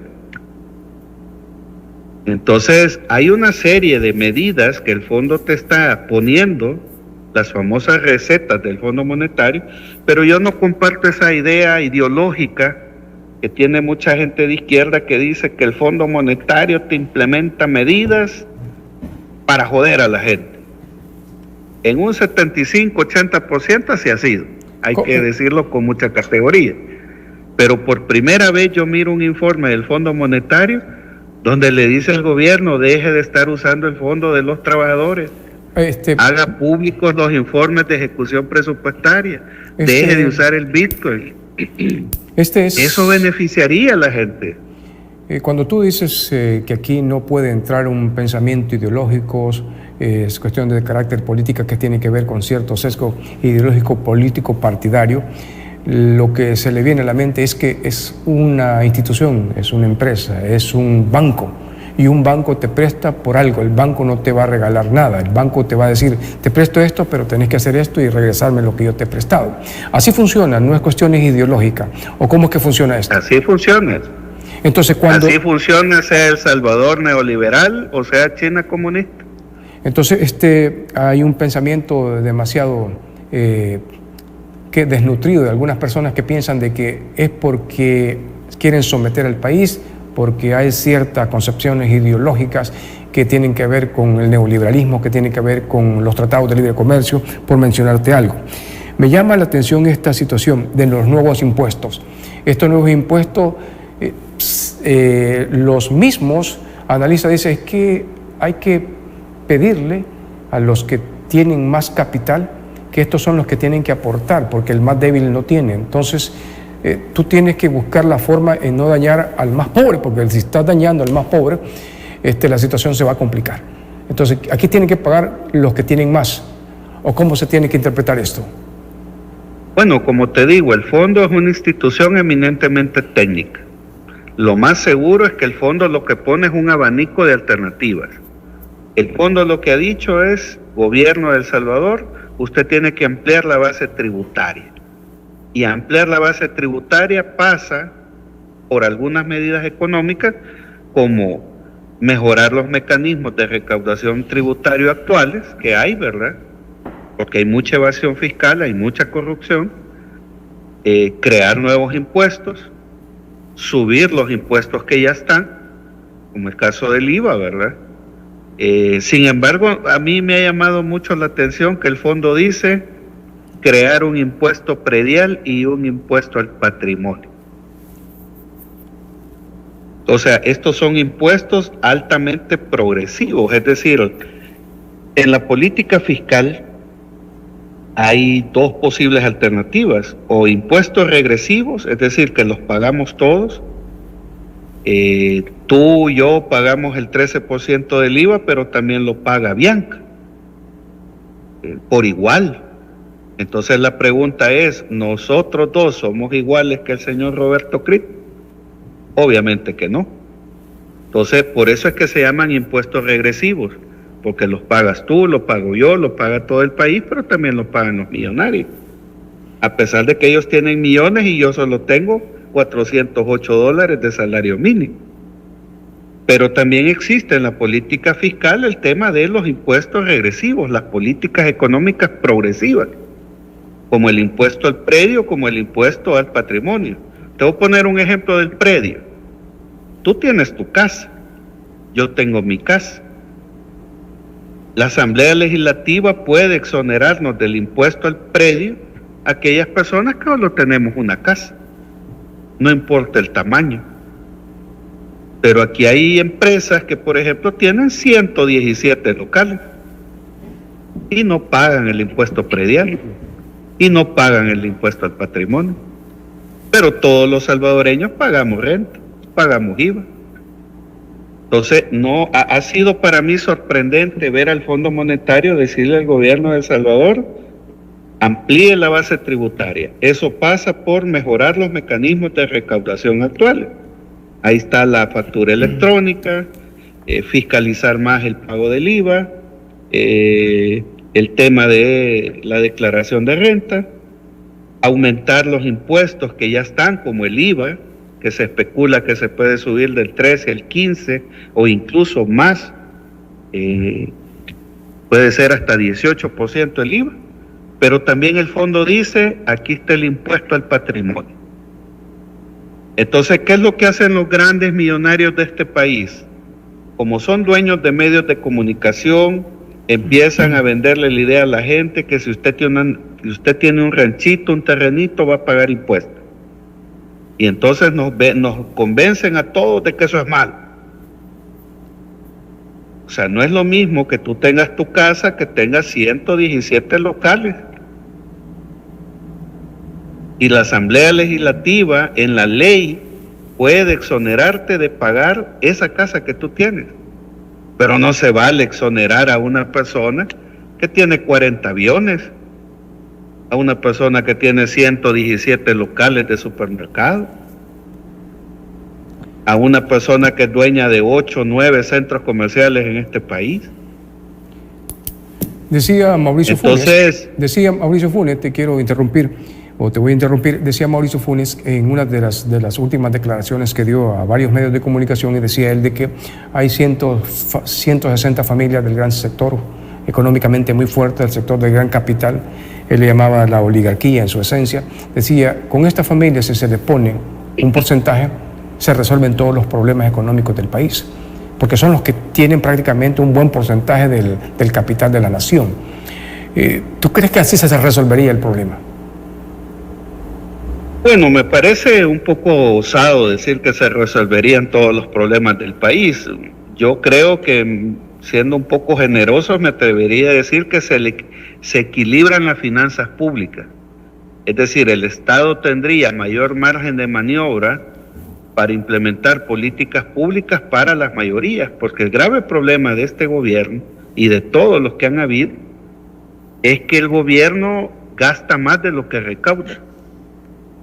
Y no solo gasta más de lo que recauda, sino que no lo prioriza en los sectores populares. Te voy a poner el mejor ejemplo. Hace 2 años aquí tuvimos el evento de Miss Universo y el gobierno decidió mejorar la zona rosa. Le quitó el sistema de cableado de tendido eléctrico a la zona rosa, y ahora tú pasas por la zona rosa y ahí ya no hay postes de tendido eléctrico. ¿Cuánta gente ha salido de la pobreza con que el gobierno decidió hacer inversión pública en la zona rosa?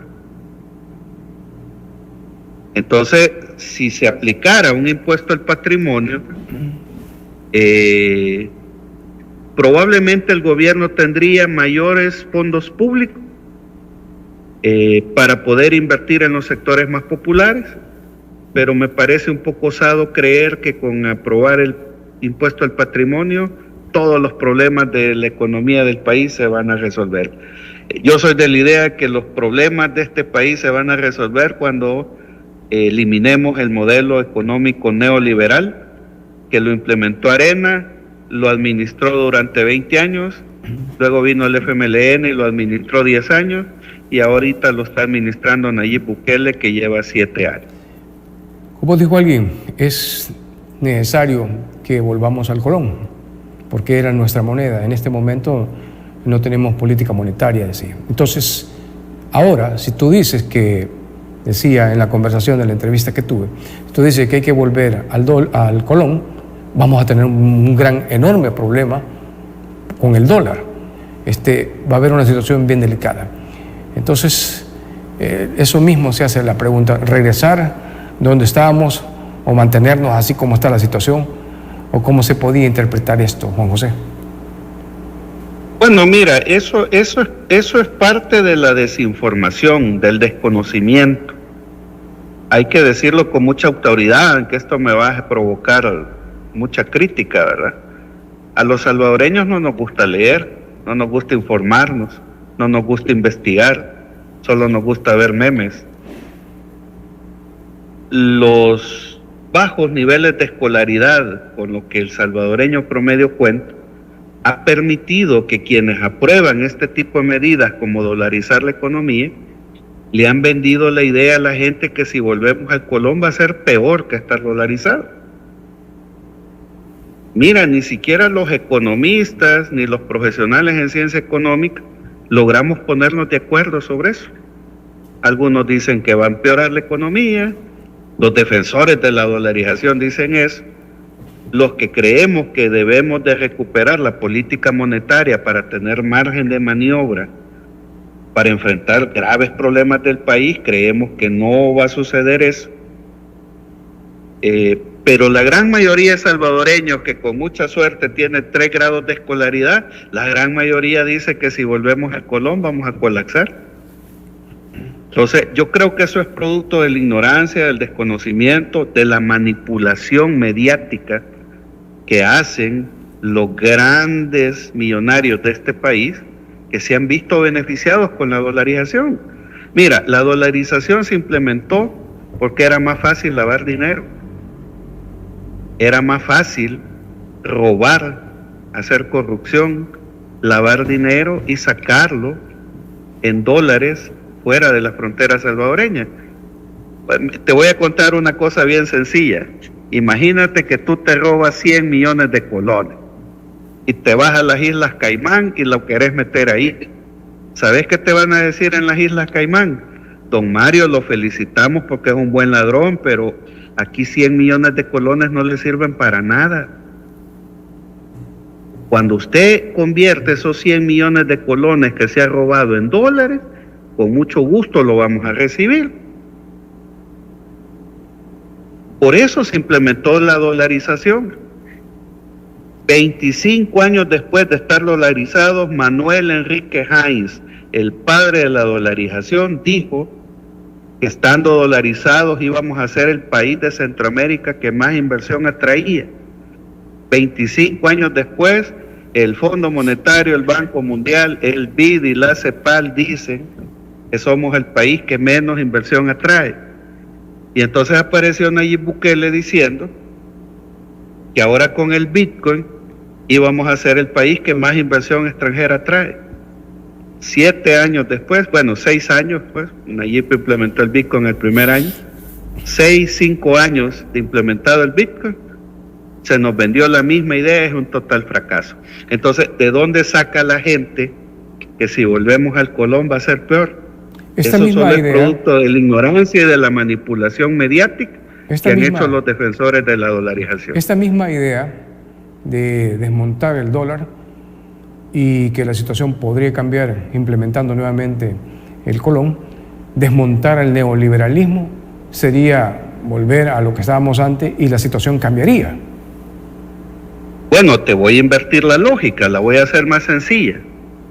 Si dolarizar la economía fuera la gran política exitosa de los países pobres, preguntémonos por qué solo El Salvador y Ecuador están dolarizados. ¿Por qué Guatemala no está dolarizada? ¿Será que los guatemaltecos son pasmados y no entienden? ¿Por qué Honduras no está dolarizado? ¿Por qué Nicaragua no está dolarizada? ¿Por qué Costa Rica, la Suiza de Centroamérica, no está dolarizada?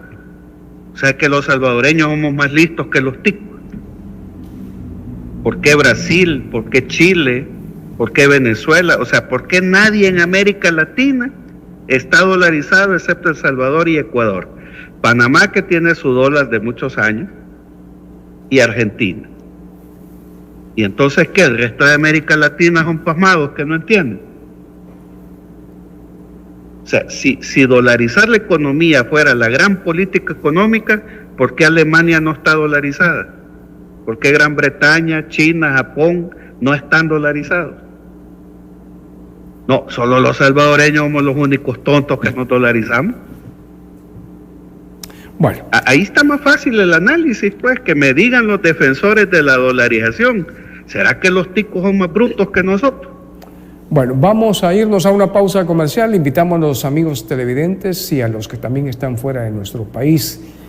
Pueden mandar su texto, su pregunta y también pueden hacerlo a través del teléfono. Vamos a hacer una pausa comercial. Comienza a marcar nuestros números. Programa de opinión con análisis de la realidad.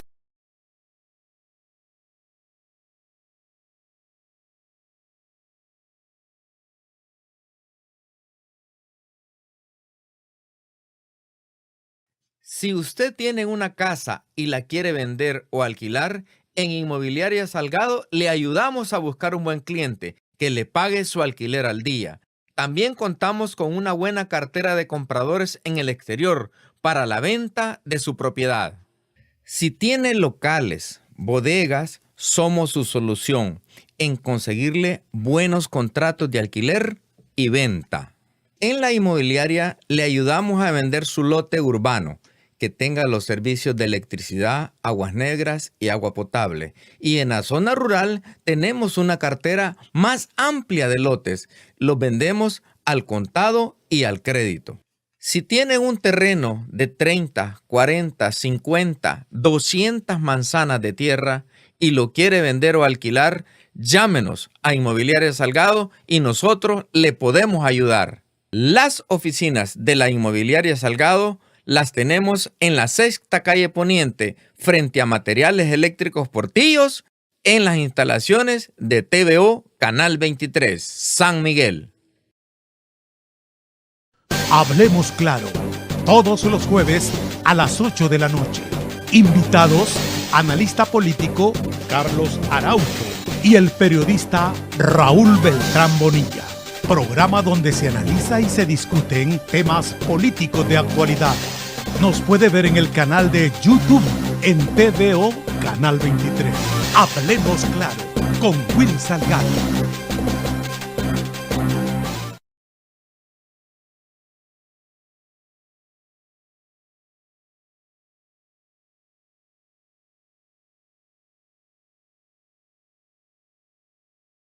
Si usted tiene una casa y la quiere vender o alquilar, en Inmobiliaria Salgado le ayudamos a buscar un buen cliente que le pague su alquiler al día. También contamos con una Programa de opinión, con análisis de la realidad nacional. Controversia, la verdad a fondo.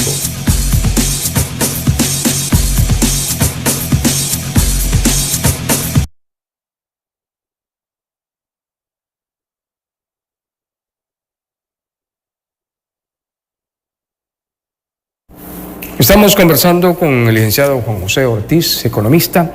Está con nosotros compartiendo temas de mucho interés. Usted puede comenzar a marcar nuestros números telefónicos que ya están en la pantalla de su televisor y con gusto vamos a ponerle atención a su pregunta. Lo puede hacer a partir de este momento. Las líneas están habilitadas y usted fácilmente puede conversar con nosotros. Dice los amigos que están siempre en las redes. Voy a leerlo, pero antes, buenas noches, ¿de dónde nos habla?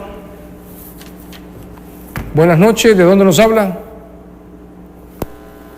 Fácilmente puede conversar con nosotros. Si hay llamada, pues me avisan para recibir y ponerle atención a la pregunta. Buenas noches, ¿de dónde nos habla? Buenas noches. ¿De dónde nos habla? De San Salvador. San Salvador, cuéntenos.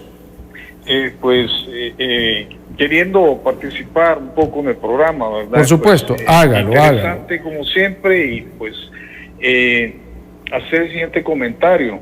Hágalo. El Fondo Monetario Internacional, tanto como el Banco Mundial, son bancos que pertenecen y históricamente han pertenecido a las familias que manejan el poder económico global, ¿verdad? Pues y se reunieron estas familias en Estados Unidos para acordar que la única moneda de transacción a nivel mundial tenía y debería de ser el dólar, ¿verdad? Entonces, a partir de ese momento, y que ellos serían los que iban a emitir la moneda para hacer préstamos a nivel mundial, y que esto iba a ser un requisito. Y decirles también lo siguiente, que ellos han puesto moneda física a nivel mundial nada más un 30% del 100% de lo que a nivel global se maneja, ¿verdad? Entonces, ¿para qué? Para garantizar históricamente o perpetuamente la inflación, ¿verdad? Porque es ahí donde si yo debo $100, pero solo tengo un 30% de esos dólares, ¿qué tengo que hacer? Rebuscarme y sacárselos a alguien más haciendo otro tipo de transacción, físicamente hablando, ¿verdad? Así es que, y fíjese de que hay algo interesante, porque Abraham Lincoln fue el que fundó un banco llamado Green Bank, y que era una moneda que él comenzó a emitir sin ningún respaldo de reserva, y con esa moneda logró cubrir gastos de la guerra civil que en ese momento se vivía, y logró pagar la deuda externa del país, ¿verdad?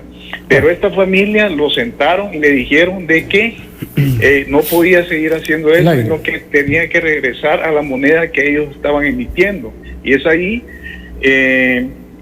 quería aterrizar o ya entrar en concreto acá localmente hablando, contextualizarlo, ¿verdad? Pues el Bitcoin, fíjense que es una moneda internacional que se mueve. Si ustedes creen que esta familia no utilizan esa moneda, tienen dinero metido ahí, por supuesto que la utilizan y no solo esa criptomoneda que existen varias, ¿verdad?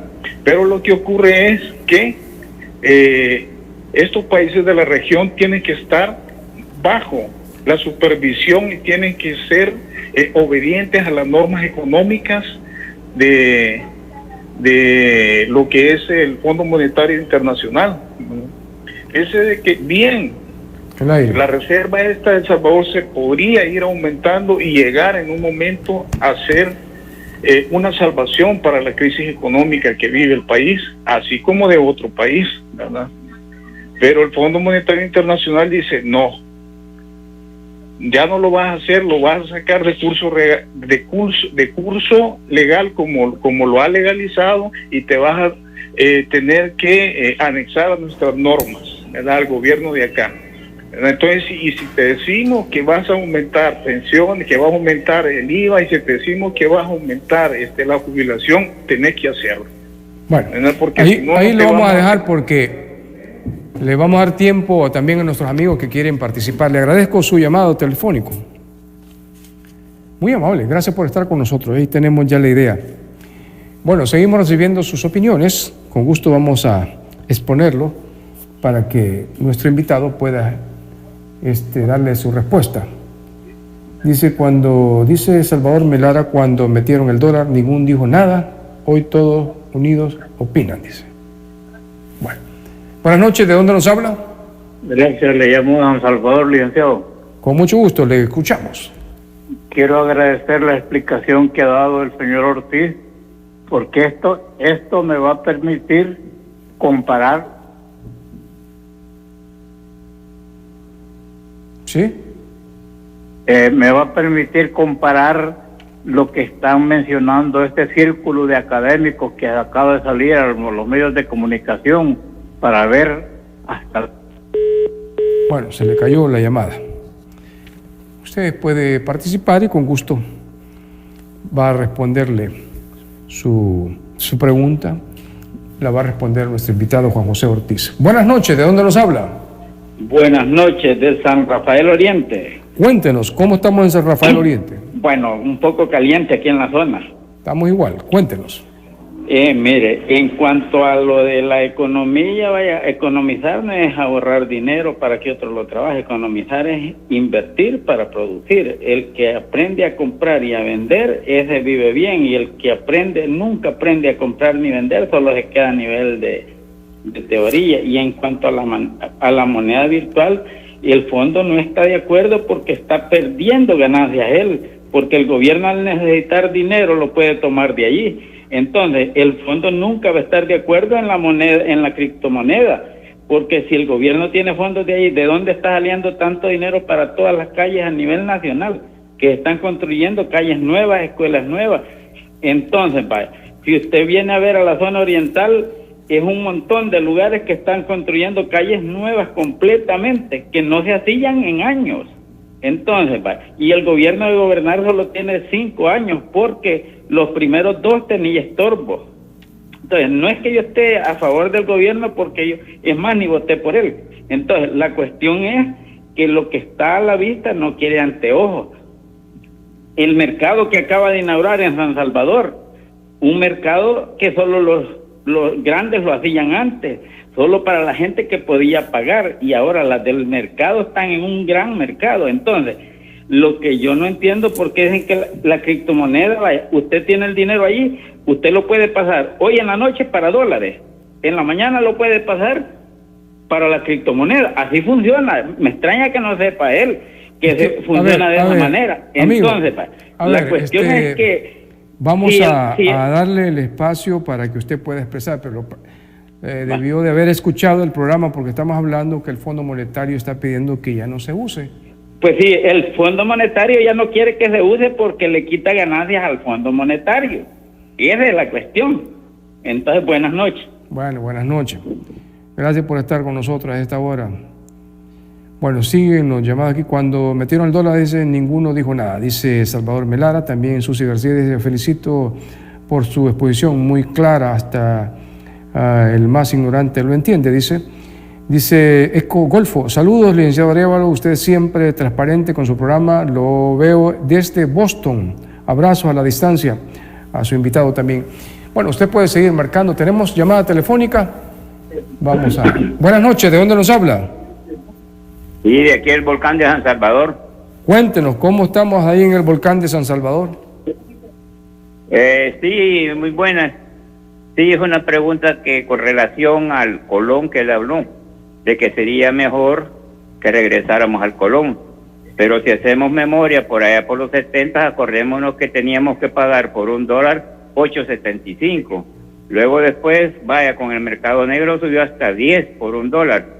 Entonces yo quisiera saber, por el conocimiento que el señor tiene, de que si fuera posible ahora que volviéramos al Colón, que no se nos cayera tanto como se nos cayó aquella época. ¿Y por qué fue?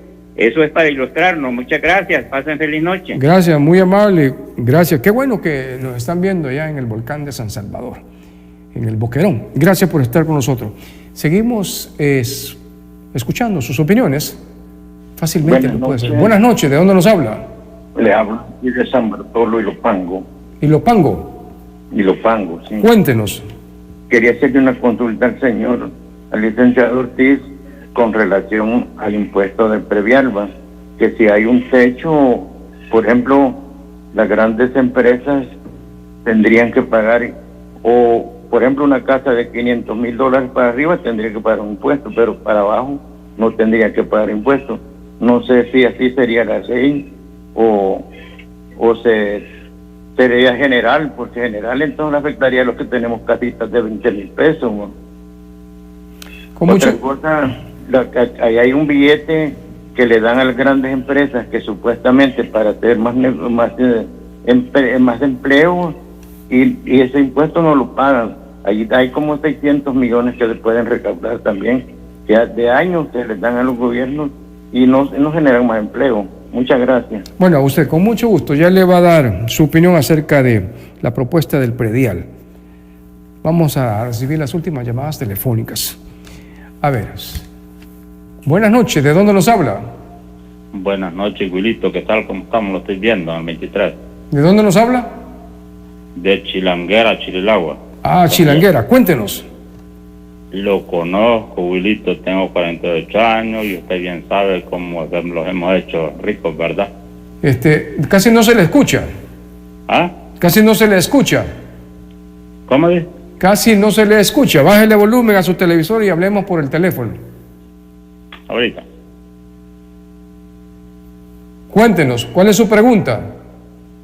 No, solamente recuérdese que todos los cambios de moneda que han habido, pues eso los han hecho ricos los que estamos más arriba, ¿verdad? La política y todo, ¿verdad? Pero me gustaría regresar a la moneda de antes. Primero Dios, el señor que está hablando ahí, sería lo mejor, ¿verdad? Pero sí me gustaría, recuérdese que, pues sí, don Wilito se los tiró por un partido, por el otro, por el mejor y todo eso, ¿verdad? Entonces, todo eso los trajo la política y los llevó a lo que estamos ahorita mismo. ¿Sí o no, señor de los lentes? Solamente. Buenas noches. Pase buenas noches. Casi no lo entendía el señor que nos habló. Vamos a recibir las últimas llamadas telefónicas. Agradezco a los que nos están viendo en Facebook, en YouTube, en X, si nos están escribiendo. No voy a tener tiempo para leerles todo lo que nos han expuesto aquí, y qué bueno que lo están haciendo con mucho decoro, con mucho respeto. Buenas noches, ¿de dónde nos habla? ¿Se encuentra con nosotros? ¿Me avisan si tenemos llamado? Ok, seguimos aquí revisando. Dice, una solución que puede ayudar a las pensiones es crear trabajos formales que coticen a las AFP. El comercio informal afecta al sistema de pensiones, dice.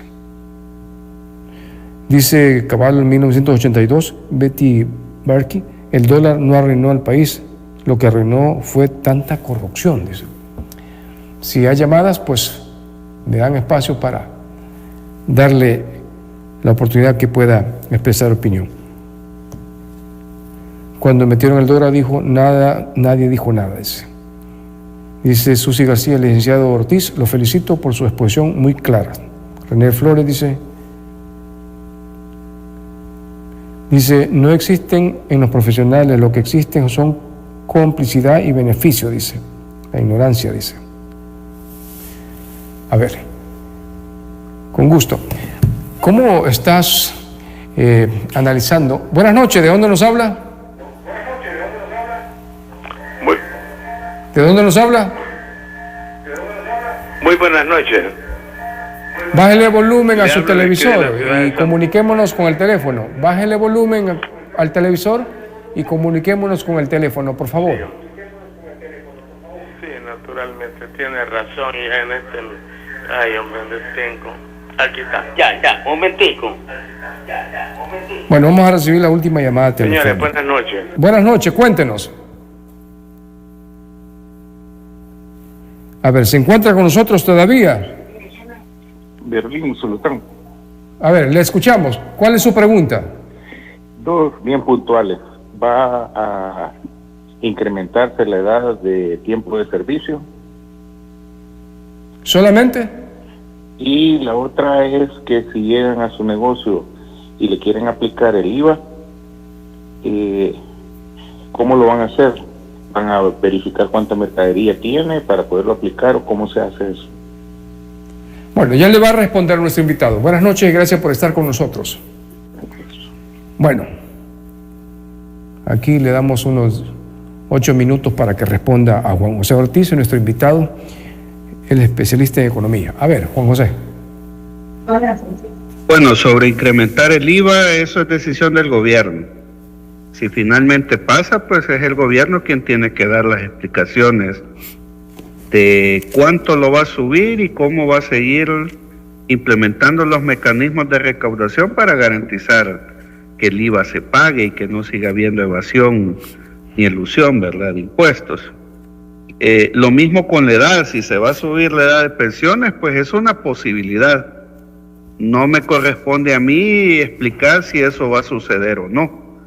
Es el gobierno quien está preparando la reforma y es el gobierno quien tendrá que dar las explicaciones si toma la decisión de subir la edad. Ahora, con respecto a la persona que decía que no se requiere anteojos para ver los resultados, ni las calles, ni las escuelas, ni nada se está haciendo con Bitcoin. Una cosa es el discurso, ¿verdad? El gobierno dijo que de las ganancias del Bitcoin se iban a reconstruir escuelas. Después sale el presidente de la República diciendo que ya no se pueden hacer 3 escuelas por día, sino que se van a hacer 2. Las pocas escuelas que se están reparando son producto de un préstamo con el Banco Interamericano de Desarrollo. No se está usando Bitcoin. Y quizás la primera intervención felicitarlo, ¿verdad? Porque como repito, la gran mayoría de salvadoreños no nos gusta leer ni investigar. En efecto, la persona que nos habló tiene toda la razón. Él estaba hablando del acuerdo de Bretton Woods de 1948. Es decir, cuando la Segunda Guerra finalizó, las potencias económicas, ¿verdad?, acordaron imponer el dólar como moneda de intercambio comercial, y uno se pregunta, bueno, y los chinos no dijeron nada, los rusos no dijeron nada, los europeos no dijeron nada. Es que era sencillo,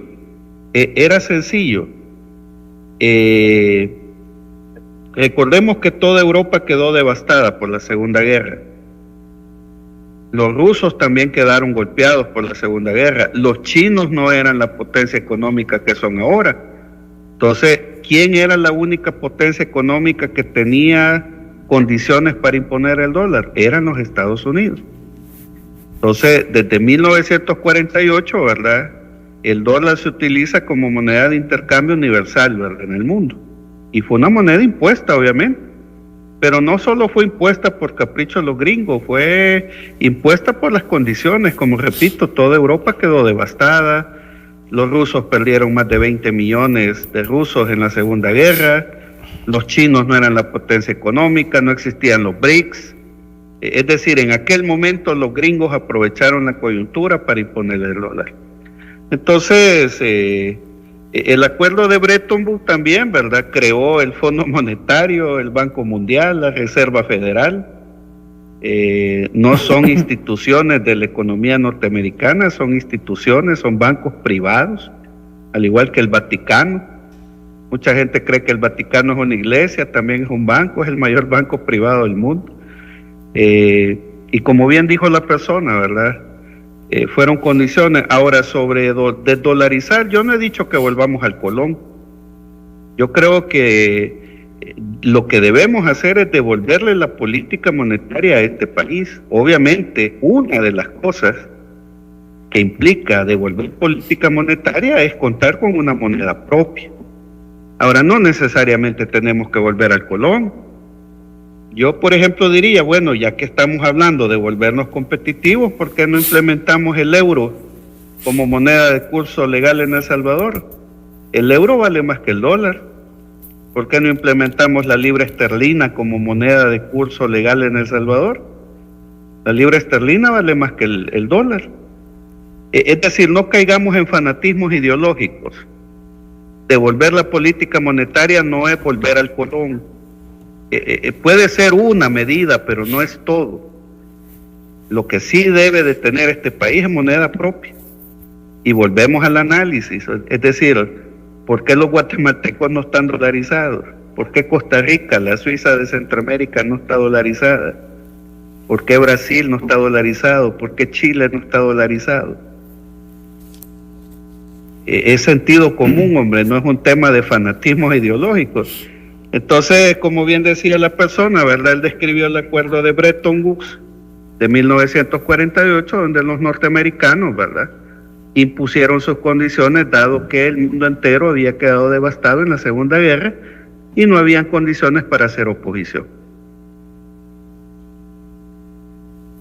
¿Solamente, Juan José? Sí. Dice Ginete Ayala: las pensiones son sagradas, pues son otorgadas en concepto de seguridad social, pero cuando una persona ya perdió su capacidad física, incluso ha disminuido su capacidad intelectual, es para sobrevivir como ser humano en la vejez. Lo menciona él. Y dice Tino Riva, en Estados Unidos hubo un presidente que usó el dinero del Seguro Social para invertir ese dinero en otras cosas y le fue mal. Desde ese entonces, el Social Security ha quedado en deuda el Seguro Social, dice. Lo cual me inquieta porque soy una persona en retiro, sea jubilados. Es bien delicada la situación de los pensionados en este momento, Juan José. Definitivamente. Y vuelvo a insistir, no lo dice Juan José Ortiz, lo dice el Fondo Monetario Internacional. El fondo le dice al gobierno de El Salvador: busque alternativas de financiamiento y deje de estar metiendo la mano en el fondo de pensiones. Dice Paula Carr: mucha felicidad al licenciado Ortiz. Paula Carr dice: justicia para los afectados de COSABI. Excelente programa. Quisiera saber cómo está el caso de COSABI. Bueno, muy brevemente, el caso de COSABI sigue estancado. Ya tenemos más de 2 meses de que la superintendencia dejó de hacer anuncios de devolución del dinero.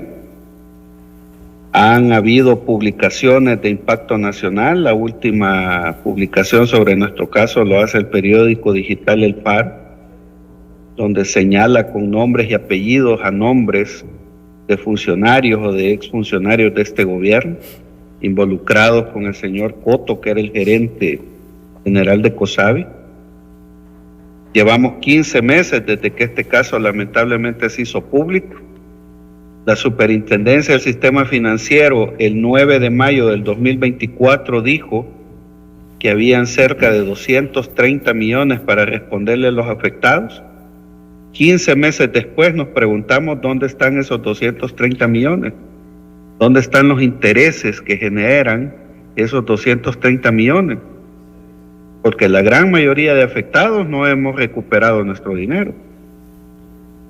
Entonces, el caso sigue estancado, nuestra cooperativa sigue secuestrada por el Estado a través de la Superintendencia del Sistema Financiero. Lamentablemente, pues, el 5 de julio se conmemoró por las Naciones Unidas el 2025 como Año Internacional del Cooperativismo. El cooperativismo en El Salvador está totalmente colapsado.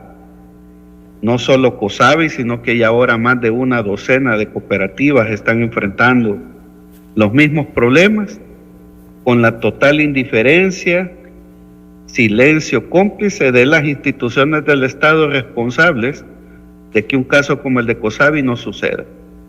Nosotros no nos vamos a cansar de hacer un llamado a la voluntad política al gobierno, ¿verdad?, a resolver el caso COSABI, aprobar el fideicomiso, que es la alternativa más favorable para todas las partes involucradas, no solo los afectados. No nos vamos a cansar de decirle al presidente que resolver el caso COSABI le mejora la imagen internacional al país, le mejora la imagen internacional al gobierno y le mejora la imagen internacional al mismo presidente Bukele. Así que lamentablemente a 15 meses pues nuestro caso está estancado, lamentablemente ya llevamos 6 fallecidos. ¿Cuántas personas más tienen que morir para que el gobierno entienda que un problema que inicialmente era de 10.317 personas, si no se resuelve oportunamente, puede convertirse en un problema de 6 millones de salvadoreños? Bueno, muy amable Juan José Ortiz, gracias por habernos acompañado en el programa. Qué bueno que estuvimos conversando de este tema tan importante. Gracias, Mario, por la invitación. Estoy a tus órdenes para cuando tengas a bien volvernos a invitar, ¿verdad? En nombre personal y de los afectados, pues nuestro agradecimiento por el espacio y el saludo pues a las personas que nos acompañaron en este programa.